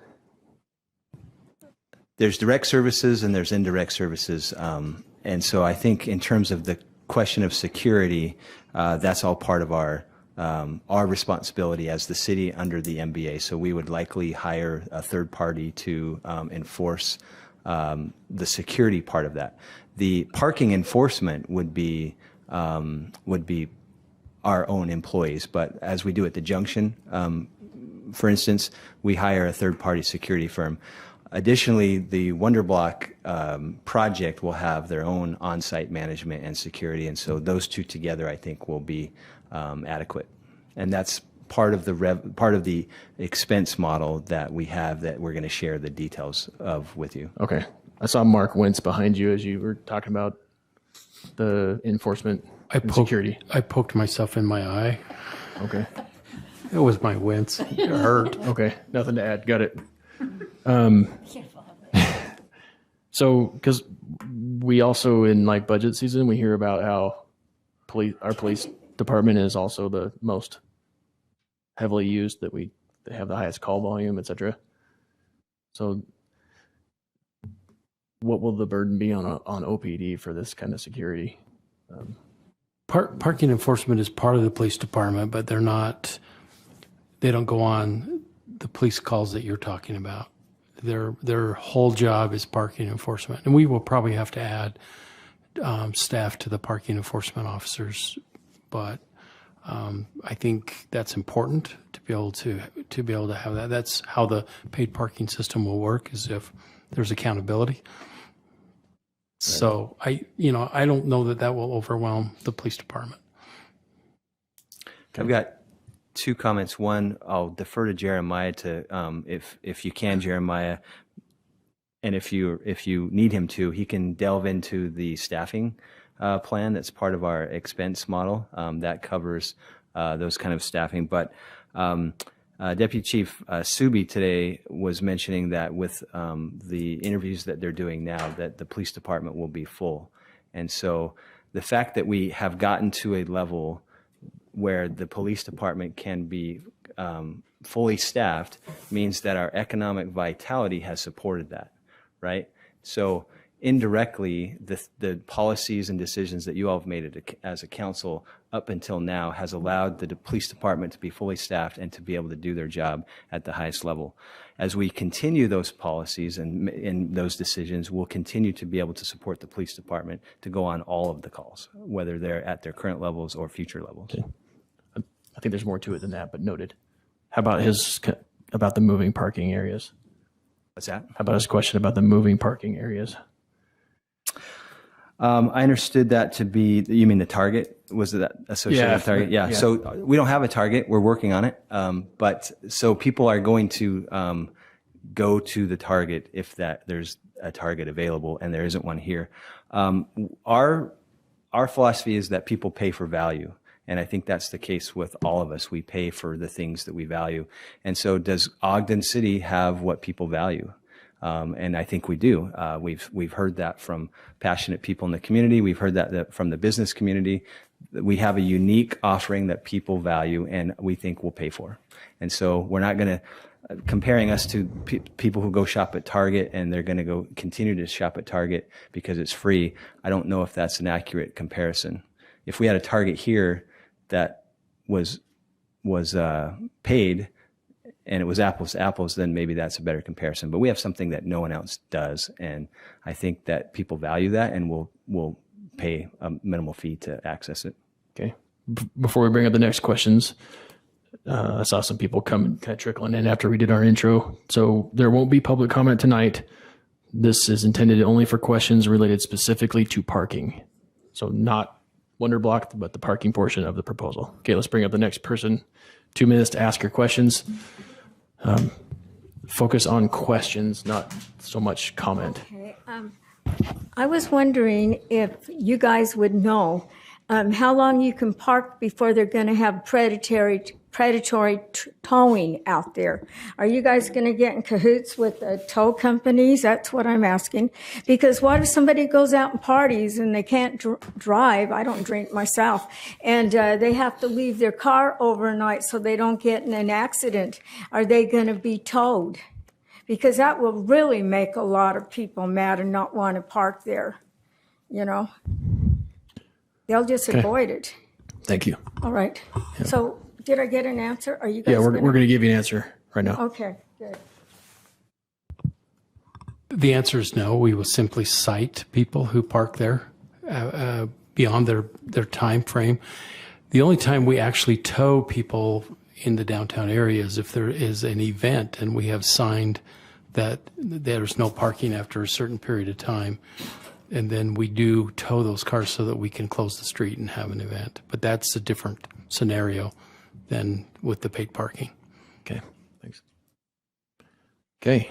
If you wouldn't mind, I'd like to jump in on that too, because it's always been our best practice recommendation that, you know, if you are serving a downtown or entertainment mixed use district, you know, we are cognizant of, you know, people go out to restaurants and things like that. And so, you know, typically if you do charge for parking, it's going to end at, you know, 6 or 7 o'clock in the evening. And if there's an opportunity for a special event to charge later into the evening, that would be a flat rate. And so, you know, other than snow plowing, things like that, where somebody would need to move their car, our preference would be if you've gone out to dinner and you've had a drink or two, that you're not under pressure to move your vehicle late into the evening. Right. Thanks, Jeremiah. All right. You have been patient, up and down, up and down. So thanks. Yeah. D.S. Anderson, longtime resident of Ogden. Chair, I want to follow up on one of your initial questions for, I believe, David during his presentation. Sure. When we talked about the budgetary requirements and that being 1 full-time manager and 2 potential part-time staffers. And then the gentleman on the bench here noted that, Ogden only has 2 parking enforcement officers. 3 employees is better than the 2 we have. Am I to understand that this management component, they're going to be enforcement officers? If so, who does the IT? Who does the management? Who grabs the money? Who's managing these part-timers? So no, they're not parking enforcement yet. One slide later, because of the parking, it may cause people to go to surface roads and areas, which would incur a need for possible an increase in enforcement. So I'm worried about, like you, step 10, but these numbers, 3 employees, no even thinking of getting more for 6 years, yet we admit that we need more than 2 parking enforcement. So there's a lot of gray dancing around the actual question. Where's the money coming from? What is the revenue? How many are employed? What are their roles? I see a lot of gray, a lot of smoke, a lot of mirrors, no real answers to the questions that are being asked about safety. And I'll cut it off there. Thanks. Thank you. I just want to bring that up to make it transparent. Okay. Thanks, DS. Why don't we have Jeremiah? He's probably got the spreadsheet in front of him. So if Jeremiah, if we can ask you to delve into some of those questions in terms of staffing and enforcement. Yeah, I do. And I probably didn't give David kind of a clear way to present the FTEs. We were anticipating a ramp up in FTEs to be more than what David stated. And I just want to say, I think those numbers were on a couple of different line items. And so, you know, he might have been citing what we had said for on-street enforcement. We had 2 kind of different budgets in the O&M tab in our model. And, you know, all of this is in the report. And so our intention is to be transparent and to answer that question directly. And I'd be happy to follow up with more specific questions. We just didn't necessarily want to bore everyone with the details unless they wanted to know. But, you know, we had anticipated that the city would either self-operate or bring in a third-party, you know, professional national parking operator. Those operators typically have certain staff allocations for back of the house folks that are handling things like permit management, you know, doing some of the IT work. So some of that is budgeted for in our off-street budgets, and we have included up to, I believe it's 6 FTEs for enforcement of the city system on the city side of things. And that's in addition to kind of the management level staff that we had in the off-street pro forma. So I think the earlier number of 3 was probably something I gave David, but it was related to just one component of the system, which would be the on-street parking enforcement officers. But we are going up to 6 FTEs by phase 3 is what we had in our enforcement budget. And there are additional, part-time allocated positions for IT, for billings, for handling permit allocations, for system manager, system assistant manager. We've got all of that built into a pro forma that we can share with anybody that would like to see it. Thanks for that, Jeremiah. I think I heard 6 FTEs, ramp up to 6 FTEs, but I think what we need is probably the specificity that's in your worksheet.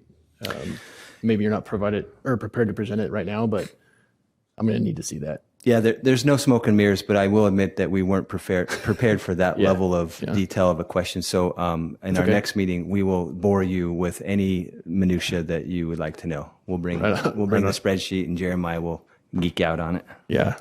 And I've got it up. I could share it if you'd like, but there's also pages in the report in the appendix that have the costs associated with the system. Should be. Hopefully the council and Brandon, maybe you can jump in. Has our full report been included in the council packet in the past? It's included in this one. Yeah, we were just mentioning that. So it's buried in there? Mm-hmm. Okay. Yeah, it is buried in there. Okay. We'll find it in there. I think it's a super valid point. Obviously for me, I asked the question to start with, but I'm struggling. I really am struggling, you guys, with these indirect impacts on the existing workforce, the IT. I remember hearing talk about bringing in the airport parking into the IT operation, and that it was a pretty big lift for the IT team to do that. I just feel like we're putting in another big side duty on a lot of people in different roles in the city that somehow adds up to more workload that I don't want to unfairly burden people with. This is a big service that we're talking about providing that surely comes with an impact on our workforce that I want to make sure we're accounting for. And I think as we've done TIF in the past, this has probably already been nickeling and diming rank and file people, I think. This is just a big silver dollar. You know what I mean? That's the conceptual question that I'm having, or I'm struggling with. Okay, thanks, DS. All right, next person. And for anyone online, we'll get to you guys after we work through the room, if that's all right with you guys. Welcome. Thanks. A quick question I have for the council. Oh, sorry, name? Can you state your name for me? Oh, Terry Wilmer. Thanks, Terry. How many people, how many council members are willing to commit to paid parking next week? Because it's like, why do we have to build the garage before we just have paid parking? Does anything get built in Ogden without a bond? I mean, let's just do it. And beyond the parking, the whole Meg Ogden project, why is this one giant project where nothing's been built in 4 years? Why couldn't you build it in little pieces, build some housing on that land first? Go ahead, build the parking garage, but please vote on paid parking before you commit to a bond. Thanks. Thanks, Terry. Nice to put a face with the email name, by the way. Okay, let's get it. Was there any question in that or just comment? It was just comment. Okay, John, go ahead. Good evening. I'm Steve Jones, an Ogden resident. First of all, I would like to compliment both administration and council for all the hard work you've been putting in. It's has been a lot of burden. And also like to thank Brandon Cooper and Councilman Ritchie for attending our social event last Friday night. That's going beyond the call of duty and going the extra mile.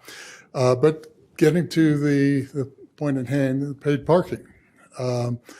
I've heard a lot of questions tonight that have not been necessarily completely answered.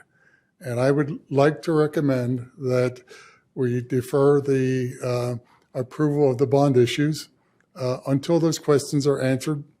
And also, I would really hate to see us get to a point where we issue bonds and then get to Union Station and find out we don't have the money to implement those plans. So I think there's a lot of things that interact with everything that we're talking about here that we really need to understand the big picture and the full scope of what we're asking the community to commit to before we say yes to those bonds. So thank you very much.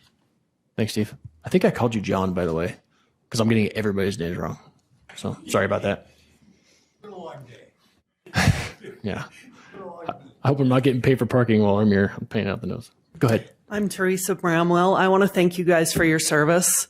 I appreciate you representing the little people that don't really ever get to vote on things like this. I wasn't prepared to talk about paid parking, but I want to. So I don't like to shop at places where I have to pay for parking.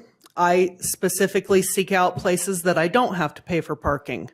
And I might just be one person, but that's my opinion on that. My second opinion is in Salt Lake, most of the parking structures are owned by private entities. They're not owned by the city.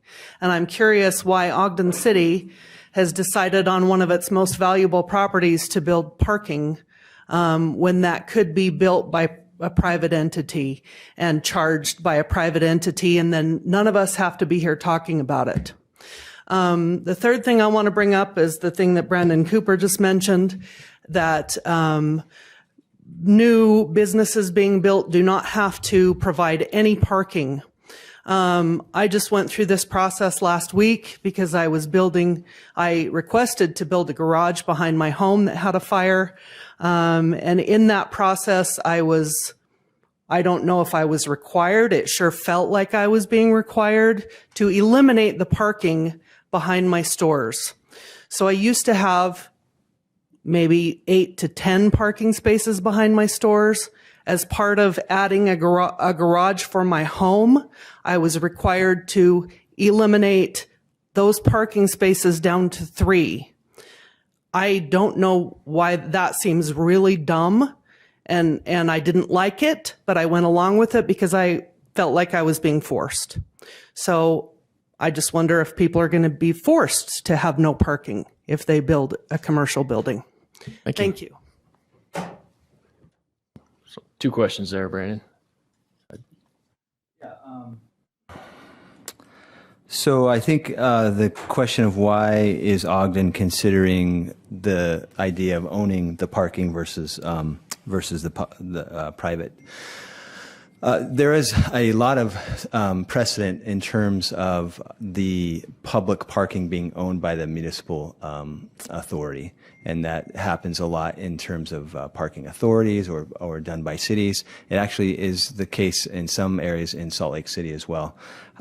In this case, parking is one of our greatest downfalls. If you look at the development patterns of Ogden from the late 1800s, early 1900s, and then through the 40s, 50s, and 60s, the emergence of the dominance of the car and our allotment and our accommodation of the car killed our density and killed our value. And so right now, so in those cases, it was a sword. We're trying to use parking as a benefit, meaning by owning it, managing it, controlling it, enforcing it, we now have the ability to determine how that land use gets utilized going forward. And so you mentioned the multiple lanes that are coming at you right now. All of those lanes are segregated and they converge this idea of responsible land use and correcting some of the issues of irresponsible land use that the city has adopted over the decades is one that allows us to increase density and increase value. By doing that, we become more financially sustainable. It means that the burden on the general taxpayer changes because that general taxpayer is no longer being required to support the full cost of the city. And so general projects, by putting in their own parking, not only diminishes the land development density, but in the case of some of our own rules, has diminished their ability to be financially feasible. So all of that together is converging. It's not a coincidence that we're also saying that the commercial requirement for parking is zero. It's because we're trying to create an environment that that allows for cars, because for the near future they're going to be necessary, but to also allow for development density, intensity, and value. And we don't see any other way to do that other than to own and operate it ourselves. The private sector is not willing to take on that risk fully. They are partially, and so together we've built a proposal that I think works really well.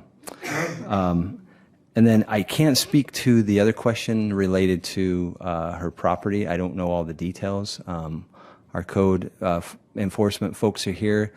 So if that's a true question, we can have them step outside and speak to her directly. Yeah, I think the question was, will anybody be forced to have no parking?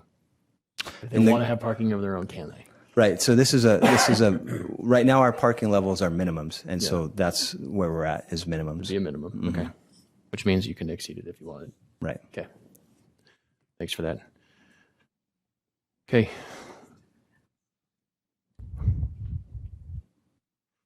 Welcome back.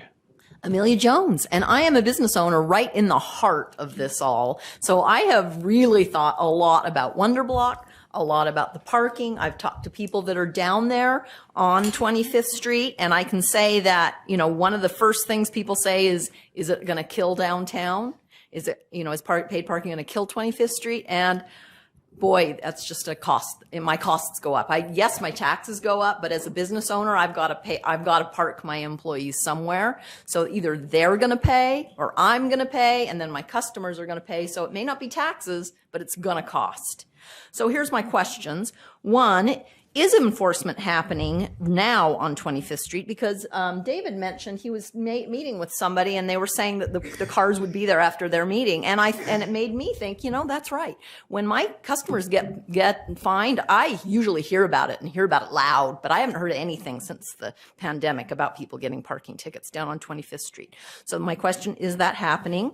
I did actually read that parking report, not in depth, but that I found there was not a lot of discussion on non-paid parking options, and or even phasing, just doing the paid street parking as one option versus paid street parking plus the parking structure. I think there could have been more discussion on that, because they have a list of, I think it was about six cities that they're really giving it as an example. And I thought, gosh, in our country, there's got to be a lot more than 6 cities that went to paid parking downtown. There's got to be a lot of information about that than besides Fort Collins, Park City, Flagstaff, Manitou Springs, and Grand Junction, Estes Park, and Rapid City. I was like, those just don't seem like good representative cities of Ogden to me.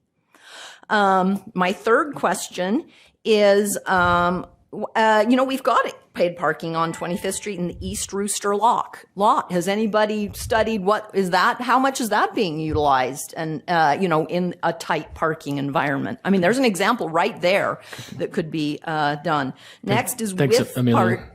I know. I'd like to say a little bit more since I got cut off at 11 o'clock with good reason, since it was 11 o'clock the other night. Can you make it quick for me? Pardon? Can you make it quick, please? I will. Thanks. Yeah, I think this is the pedestrian access to 25th Street. Were there to be the parking garage, I think is super important.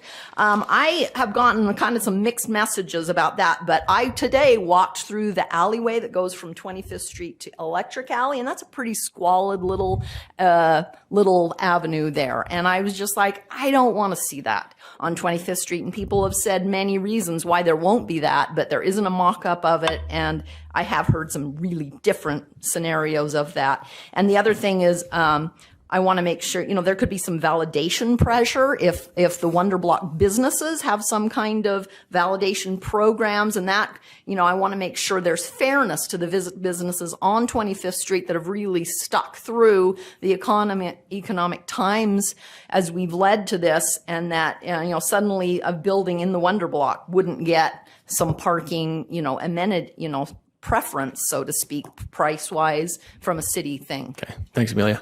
I don't remember cutting you off, but I'm sorry if I did.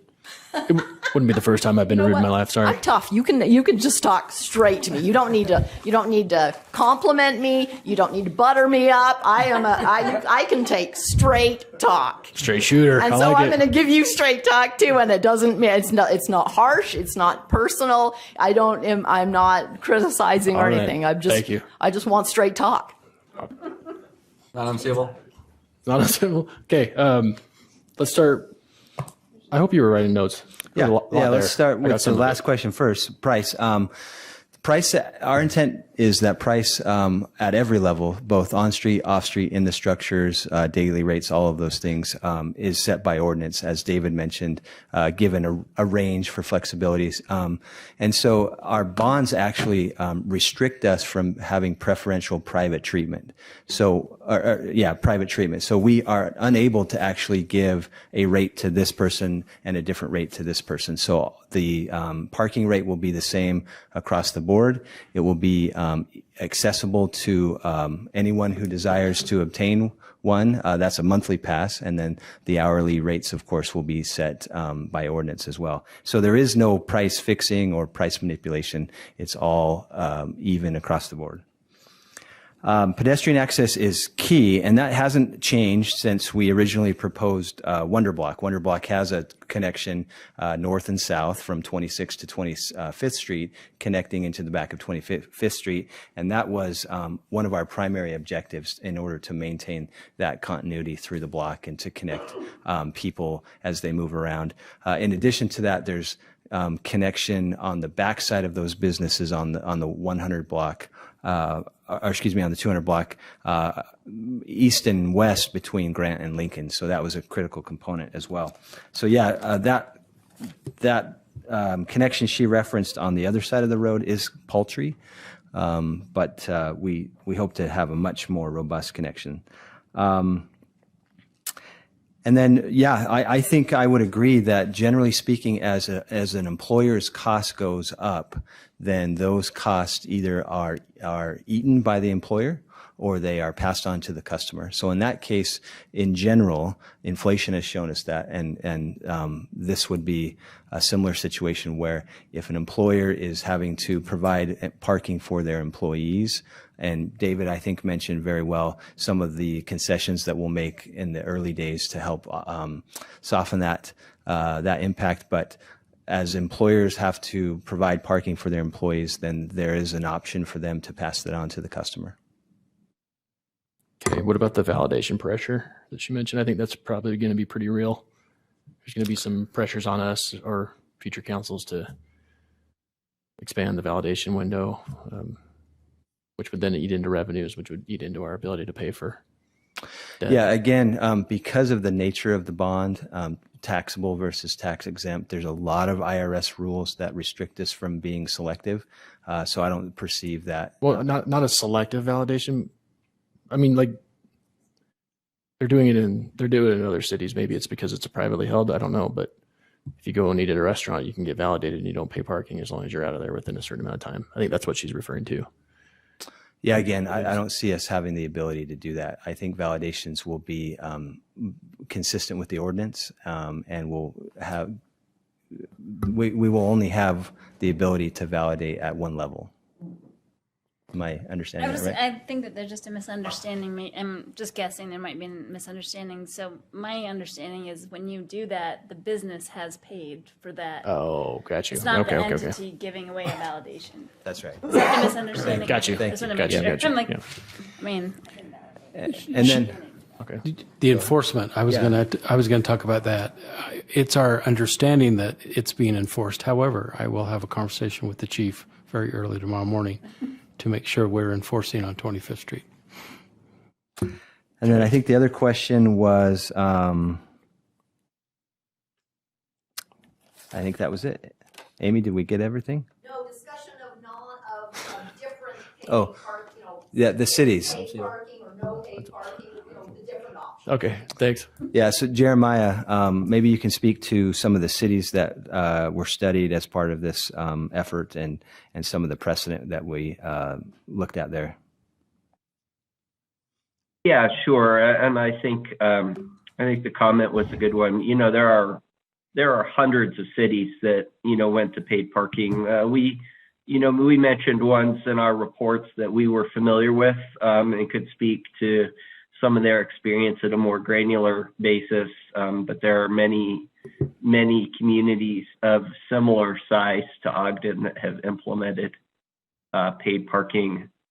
And in terms of the alternative management, the study that we're talking about today, there was some prior work that was Ogden participated in a Utah Utah parking modernization study that was done in concert with I believe it was South Salt Lake, and we had come out of that initial effort with a recommendation for the paid parking. And so, some of the alternatives that in terms of time limits and additional kind of enforcement, those were covered in the earlier report. And those are other options to manage the downtown parking system.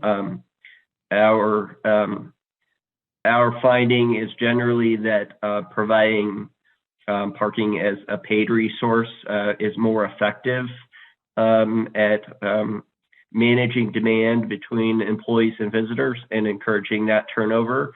And especially as the city adds development and densifies, it is the most kind of economically straightforward method of assigning value to what is a limited resource and in high demand, especially in high use block faces. And so it is, in one way to look at it, the most fair way to manage a limited resource is to determine a market rate for it and charge end users for the convenience of parking in front of the store, versus perhaps a slightly discounted rate at the parking lot or parking garage around the corner. Don't know if that answers the questions, but there was a question about what other cities. We've been working with David on a list of comps, and we could pull together a few others if those were of interest. Thanks, Jeremiah. Okay, pump some fluids while we bring up the next person. Oh, actually, there was one about the Nope. Roosters law. Okay, thank you. Guys, let's take good notes so that we don't have this. What about the paid parking? We do have a few similar to the Roosters parking around the city. How are those performing? Yeah, and I think Jeremiah kind of alluded to that. So we don't have access to that data, but from observation, we can tell that those are heavily utilized. And the whole idea of phasing this, right? So we've proposed to do the structures and the immediate streets around the structures as phase one. And then as time goes on, we grow into the phase two, which is the northern part of the downtown. And so that's meant to adjust as we grow into the parking. We know that there will be some folks that will seek free parking in the, as an alternate to paid parking if free parking exists. And as that gets pushed out further and further, then those streets will go to paid. That's the plan. You can't do one without the other. meaning that the paid lots that we have now are highly utilized, especially on 25th Street, because there is limited parking. And so you can see that they choose that instead of potentially driving around, but it's limited. I mean, there's maybe 30 stalls in that parking lot on the south side. Okay, thanks, Brandon. All right, let's bring up the next person, guys. Just no. I'm sorry. Stop. Just stop. Because I'm trying to manage a process and be fair. Okay, we've given you an opportunity. Come on up, ma'am. Thanks. I'm Angela Borat, born and raised Ogden, Utah. Woo woo. I'm a rare bird. I do not have an Amazon account. Like, I put out a lot of inconvenience on shopping locally, time and money, because it's really important to me. But my desire to support these businesses with this paid parking sort of goes down. And so I have a question. Like, when I go to Salt Lake, I don't go to Salt Lake very often because I don't like the app. I don't like how you have to pay for parking with the app. I have no room on my phone. So how are they going to be paying for this paid parking that sounds like it's going to move forward? Can you put change in? Can you do money in? Can you, like, how is that going to be managed? Because I have no room for another app. And then I had something else I wanted to say. Oh, that parking structure that is by the Needle Point joint right on 25th Street. My view is that's not really utilized. But what I view too is that a lot of people will like sneak in and park there illegally, not pay the money, and hope they don't get caught. So that should be sort of looked into. Like, some people are seeing it's utilized, but are they actually utilizing it and paying for it? Thank you. I don't know. So shop local. Thanks. But don't make it harder than it needs to be. Okay, so again, we don't have access to their data, what their collections are, what their enforcement is. It's just based on observations on that 25th Street lot. David did actually mention how to pay. It was a quick picture, but if you remember the picture of the kiosk, it does take credit card payment and cash payment on the spot. And so if you've parked in Salt Lake, that's a similar methodology. You can pay by the app. A lot of our comments have been about accessibility, folks that don't like apps, that can't manage an app, if there's other options for them to pay. We're working that out as we do the technology specification and procurement. We have internally some process issues with collecting cash at multiple locations, so we have to work through some of that, but we want to be as accommodating as possible. Did David also mention something about a text to pay or something like that? Yeah. Is that right? Yep. There's that option also? Right. Okay. And in some cases, with a monthly pass, there's technology that just reads your license plate, and there's nothing you do, right? It's just a monthly billing, those kind of things. So there's a lot of flexibility with the technology, and we'll be investigating those. Including the ability to take dollars and coins. Perfect. Yes. Yeah, we do that at the airport now. Yeah. And that same system is available to us on street. Okay. And it looks like Jeremiah might have an addition. Yeah, sorry to keep on jumping in here, but I like this stuff. So, we're working right now with the city to hopefully move forward on a performance specification for the equipment, and we'll certainly have some conversations about what we want the system to do. The technologies are always improving. We have certain cities now that, they're accepting payment through whatever app you already have.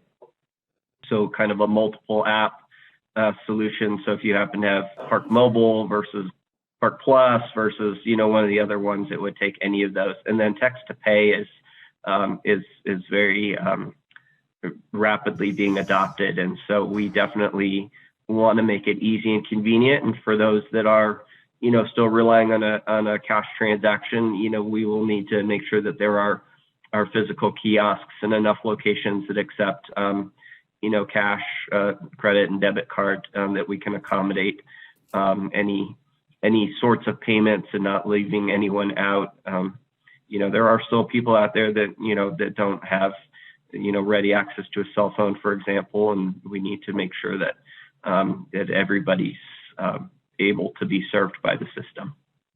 Thanks, Jeremiah. So before we bring up the next question, I know it's super frustrating. This venue is just nowhere near ideal for any kind of actual conversation.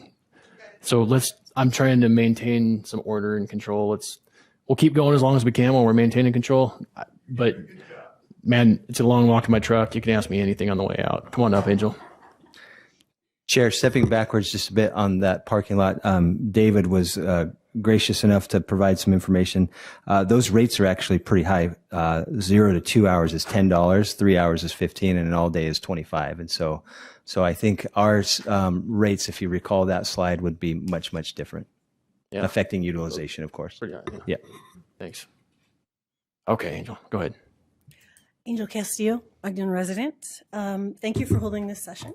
And just for the record, I want to clarify, I'm with Alan. I am not against paid parking.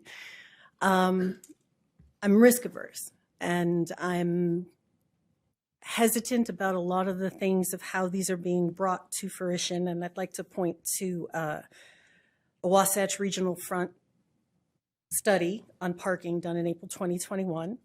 And read you something from page 61, and it starts at 61 and goes to 126, and it says, implement paid parking only when the data dictates the need for change with consistency of high parking demands. It is beneficial to offer incentive programs such as a first hour free program.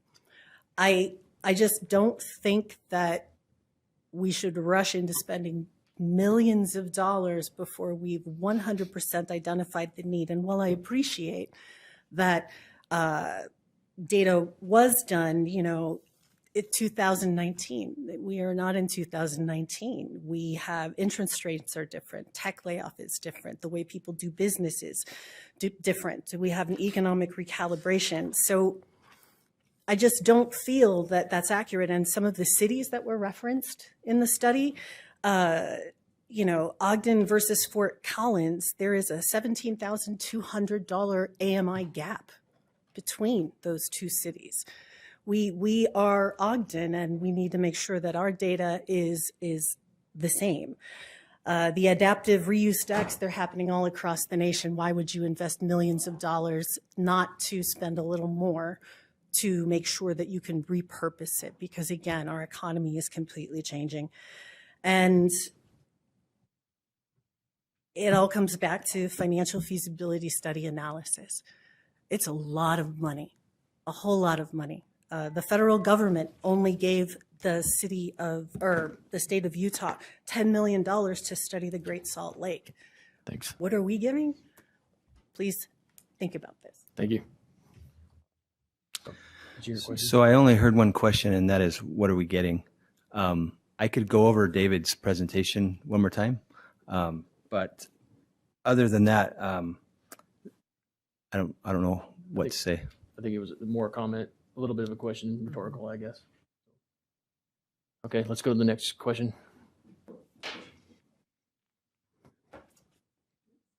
My name's Laura Lewis, and I have a couple of questions. One of them, I know there's a lot of talk about making this walkable, but I'm looking at the temperatures out there tonight, and it's not walkable out there to me. To go from, say, the parking to somewhere downtown. And I know we have a shuttle, but is there any plan to increase that type of transportation throughout the city from the, maybe over to the baseball park or some specific sort of transportation designated to this? And then my other question is, it seems like there's a lot of risk here we're taking on what if scenarios. And that's what concerns me, is because as you brought up, you can always start small and work big. That's one of the first ways to eliminate risk. Do your prototype or whatever you have, your model, and then build on that to reduce the risk. And so is there any way that could be a bigger consideration, like you brought up yourself? Thank you. Yeah, that's it. Thank you. And just to be clear, when we talk about bringing Laura Lewis back on the 10th, we're not putting all that on you. Oh, I know. Okay. I've already talked to her. Okay, perfect. I'm not okay. doing that. I don't want you staying up at night. Okay. Couple good questions. Yeah, good questions. So regarding the shuttle, we do have a shuttle now. Administration is actually working with UTA to look at the shuttle route, and it's a trolley, but it acts as a shuttle, right? It's immediate, it's on demand kind of a thing. It has a short route, so it's a quick turn, and it's there now. So we're looking at the route adjustments and potentially could make some changes that we're making some changes now, but when the parking structures are built, then additional changes could be made to accommodate that. So I think that's a good idea. In terms of risk, the bond mechanism is such that it acts like a mortgage, meaning that as you do a revenue bond, the revenues of the project pay for the debt. And in this case, the MBA the Municipal Building Authority would be the owner and operator of the structures. And if there ended up being a default, heaven forbid, then those structures act as collateral. And so it's a restricted type of risk. All things have risk. And so the mayor's office has actually studied this and forced staff to study this exhaustively over the last, I don't know, way too long. And so it is a risk consideration, but we have looked at what risks we're facing and applied them to the benefits. And we've tried to constrain the risks as much as we possibly can while still trying to maximize the benefits. And so that's really the consideration. Splitting this apart just doesn't work. It's an option. It just wouldn't work because it's all a supply and demand based model. And so as you look at current supply and current demand versus future demand and future supply, then those things are at odds with one another. And so phasing that becomes difficult when it comes to the revenue model. So if there are more intelligent people out there other than Jeremiah and the others who have worked on this that have a alternate proposal, we would love to hear it, but this is the one that makes the most sense for Ogden now, given the projected future that we seek to have and the current challenges that we're trying to meet. I think what I'm hearing from a lot of people, and tonight especially, but feeling for myself, people are just nervous. Yeah, I know and it's fair. It's a lot, and to your credit, you've done a ton to mitigate as much risk as we can. I mean, there is going to be risk. So yeah. To me, I think that's where the decision points come in for me, is if I'm willing to take that risk or not with my vote. But the nerves I'm hearing from people, I think, are very understandable. Yeah, we share some of those. Yeah. Okay. Anyone left that wants to come up?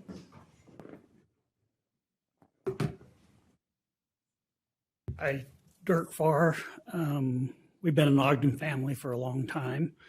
And one of my questions is there enough capacity in the Wonder Block parking structure to alleviate some of the parking on 25th? Is there enough to support the 380 apartments?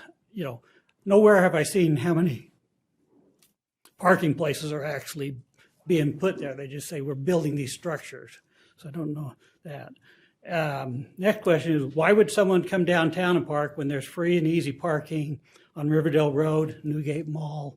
We're all competing for the same thing. So that right now, Cache Valley Bank is doing that big remodel. Does the city, and if zero parking is required of them to supply, what does the city have planned for that? That's a big building, going to take a lot of parking. So let's see. Oh yeah, and of the $53,500,000, how much of that is for the parking structure and how much for the paid parking system? And has there been any study on why enforcing the current parking regulations we have would not alleviate some of these parking problems? And so if you say, okay, they can get a monthly pass for whatever amount, are they just going to take that and clog up the street parking and that? So that doesn't seem to solve any of the problems. Just kind of, I think, making it downtown friendly and bike friendly and that, but has anybody in the building ridden a bike in the last 30 days or even ridden a bike downtown in the last month? So, thank you. Thank you. A couple good ones in there. Yeah, I'll start with the last question first. I have not ridden my bike in the last few days because it's too cold, but I have ridden e-bike in the last, 60 days, whenever we did that. So it is fun. And I ride scooters downtown. The monthly pass option is only restricted to parking structures. So we wouldn't offer monthly passes on street parking because of lots of reasons, including the one that was mentioned. So that the monthly passes are restricted to parking structures. The parking at the Cache Valley Bank building. So there's a difference between the municipality requiring a minimum parking amount versus what a commercial business would need to be marketable and successful. So Cache Valley Bank actually has about 165 parking stalls just behind its building that it owns privately. And even though we might require 0, they still are going to require some of themselves and likely utilize all of those for their own business purposes. And that's generally what we want to accomplish in the downtown, is that the businesses should be deciding what kind of parking that they need, and that general parking for customers and others are being supplied publicly and accessible equally across the board. And we feel like that's a good model. The $53.5 million, about $2.5 million of that is for the parking management system. So the technology implementation, some of the things that we'd have to do with striping and on-street signage, those kind of things. The rest of that would be for construction of the parking structures. And I think we've been fairly clear about the number of parking stalls in the Wonder Block parking structures. There's 1,136. It's a shared model. It's a shared use type of model, which means that the uses are kind of bifurcated over time based on how the project is being utilized. So you can imagine at nighttime there might be a higher number of uses because of residential folks are at home. But given our shared use model and what we've done with Kimley Horn and JF Capital, there is a surplus amount of parking for the demand that Wonder Block alone places on the parking structures, which allows for us to do other things like reduce parking on street on 25th Street if that's what we want to do. Recently, we went through a design exercise that looked at the possibility of changing the streetscape along 25th Street on the 100 block and 200 block.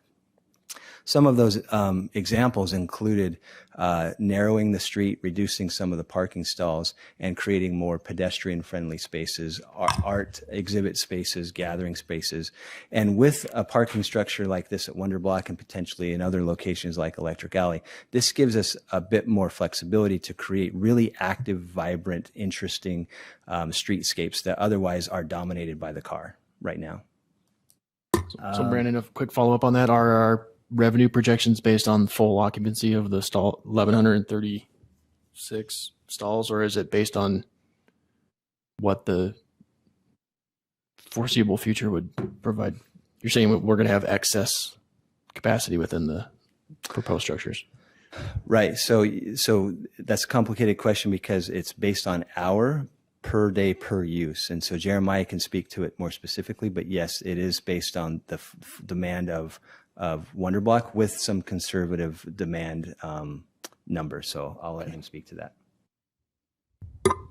Yeah, we've relied on ULI's shared parking publication as our baseline to project demand for a new project. And so I could get into a long answer, but the short answer is we're not projecting 100% usage of every stall every day, but it's a very efficient project between daytime and nighttime uses. And so the revenues are based on the amount of usage that we've determined based on our projection for the project.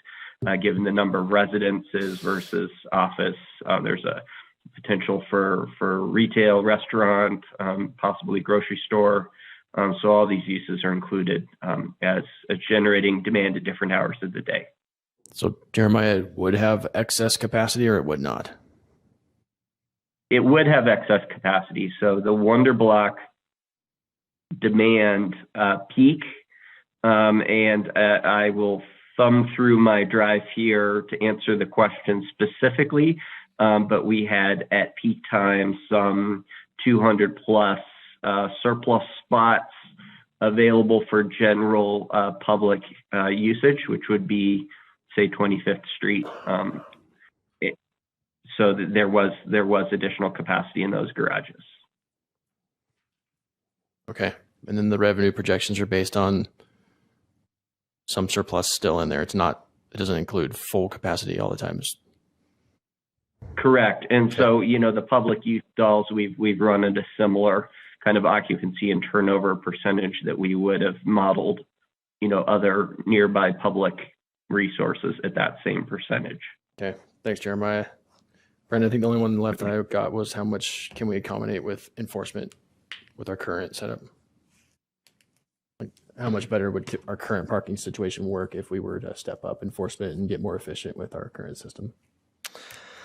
Right now, we have various locations that are signed, that are timed, and so all of those timing elements are different. And we've tried to, and I think Jeremiah alluded to this, we've tried to manage those different time system with parking enforcement officers.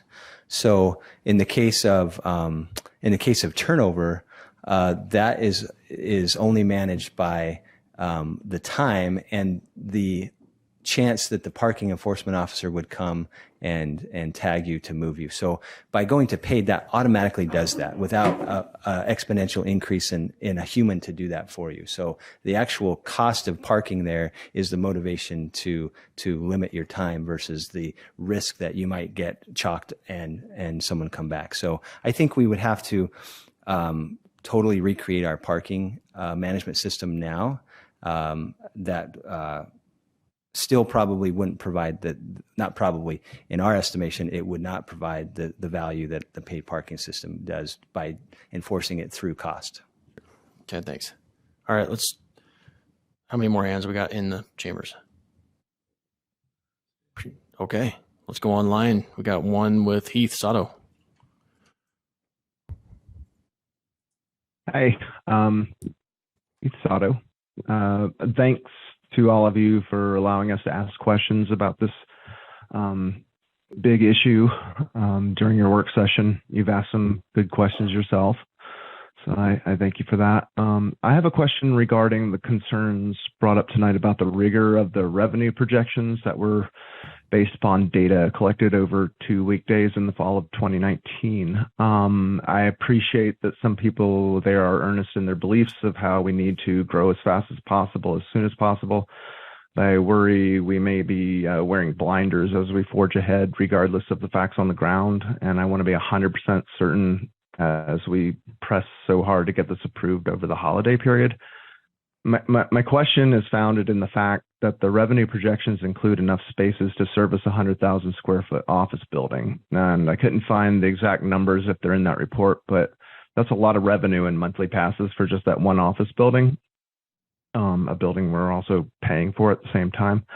A lot has changed and is changing. There have been big layoffs in Utah, particularly in the tech industry. Companies like Pluralsight, Podium, Root have all seriously downsized. We have 3.3 million square feet, at least, of large, empty Class A office space sitting empty or opening up in Utah right now. Almost half of that's in Salt Lake, and I'm not even including the office space in Farmington that began before the pandemic. So what happens when that office building sits empty and we don't get all that projected revenue? If we do default, that's a big problem for our city's credit rating. Thanks. Thanks, Heath. So I think that speaks to the risk question. What happens for any reason if there's a default? Right now, we have built in a cushion in our general budgeting numbers to accommodate the potential of a revenue shortfall as we spin up to full capacity or full sustainability. And so we're trying to, again, mitigate that risk as much as possible, build as many guardrails and bumpers as we can. Regarding the office, I know it's easy to take a macro example and apply it to a micro environment. Ogden City has I can't remember the actual number as of last quarter, but the 2 quarters before that, we still had a significantly high occupancy rate in our office because we don't have a lot of office. And we haven't built an office building of this magnitude for 20 years.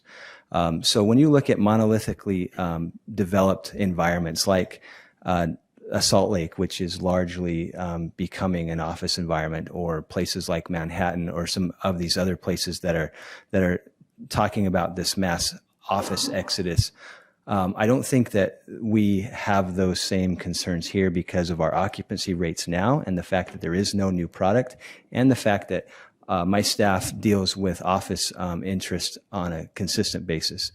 Additionally, I think that this project is a 3 to 4 year project. So what we're seeing today is potentially not going to be the environment in 3 years or 4 years. And so if you talk to Chris Roybal with the Northern Utah Economic Development Alliance, or Economic Alliance, he would tell you that he's very bullish from his analysis and from his discussions with folks across the Wasatch Front about office. We tend to take on that same perspective. Farmington City right now is underway to develop the infrastructure to support 1 million square feet of office in their Farmington Station plans. So office is an integral part of a downtown. If not, then there's not very many other things that make up a downtown. And so to disregard office as a integral use, I think, is irresponsible. It's the question of right sizing, as we mentioned before, in terms of the parking. 100,000 square feet is not a significant amount, given the fact that we haven't seen new product for 20 years, and we wouldn't have a building like that anywhere in the city. Even the Cache Valley Bank building, which would likely convert to more office, they don't have the same size of floor plate nor the same style of space that a new office would have, and therefore would actually appeal to a totally different market as well. So with all of that said, I think that, again, trying to mitigate risk, we've tried to kind of put this in a bubble wrap as much as we can and build the right type of product in the right place at the right time. Thanks, Brandon. Okay, we got one more hand. We'll call this our last one for the night. Nathan Sutherland. Thank you very much. Nathan Sutherland, I'm an East Bench resident, currently sitting here in the Salt Lake Airport picking my wife up for the holidays. And one thing, the real question I have is, at what point do we ask ourselves, and this kind of goes back to the gentleman before me, but are the blinders on? It took me about 20 minutes in the park and wait. This was a great development idea, right? The Salt Lake International Airport, huge. We're adding terminals, we're adding jobs, we're adding people for the housing market. And yet it took me 20 minutes to find a parking spot in the park and wait. And I think that what often happens is we get this idea of wanting to grow. And the question I have is, when are we pricing out Ogdenites? When are we making the people who were wanting to help no longer able to be downtown and to live there? And I think huge bonds and building big structures, spending lots of money is only going to increase taxes and make it harder for people to do what we're saying we're giving them the opportunity to do. That's all I have. Thank you. Thanks, David. Nathan. Oh, Nathan. I don't think Al's going to feel so bad when I'm done tonight. Yeah. You're doing great, John. I know. Thanks, Steve. I just hope I get my wife's name right when I get home. Go ahead, Steve. Thanks, Bob. So again, these projects do not bring new direct property tax or sales tax. They're self-sufficient. They're meant to be harmonious with the other development plans that the Make Ogden plan calls for, which is the adopted plan, including the Union Station and Marshall White. I'm not sure about the term blinders. You know, as a council, you hear so much of people asking you to do more parks, more services, more infrastructure, better infrastructure, more roads. All of that comes at a cost, and that cost is driven through the economic engine of your city. And our proposal to you all is that that economic engine is largely based in value and density. We have some very important legacy neighborhoods that provide an identity to us and provide a history that we all appreciate. And so therefore, we have determined that that value and density, for the most part, is to be built in the downtown. And in doing so, we would provide services and options and value and environments for our citizens and for others to enjoy. And that is the vehicle which will drive the city's ability to provide the services that are in demand. I don't know how else to explain the relationship between the costs of providing the services that everyone demands. There has to be a revenue source. And it looks like an expenditure at this point, but this is an investment into something that we feel will bring the economic energy, or one of the things that will bring the economic energy that will drive value and density, that will place the cost of parking equitably across the users instead of squarely on the backs of the citizens, and do so in a manner that's actually going to enhance our quality of life, not detract. Yeah, Hoyt, you bring up a good point. This has been like a philosophical push and pull that the council and admin has actually been going through for a lot of years. It's a philosophy of providing opportunities and making investments to bring revenue back to the city. And how do we pay for that? What do we do with that revenue? Do we put that revenue back into reinvesting to get more revenue? Do we take some of it out to provide different services from those things we're being requested, right? So the fact that the public is having a lot of the same questions is super understandable. We've all been having them for years, and a lot of you guys have seen the push, pull, and struggle play out actually at this dais over the years. So, okay. Any extra comments or questions from council before we wrap up tonight? I think long night. Sorry. I think tons of great questions from the public. Exactly. A lot better than last time. Brandon, really good job. I don't know that we've vetted any project in my tenure, like the way we're vetting the heck out of you on this. So good job. Thank you. We have a great team. Good job, public. Thank you. Okay. We don't have to take a motion to adjourn. So we'll see you guys after the holidays.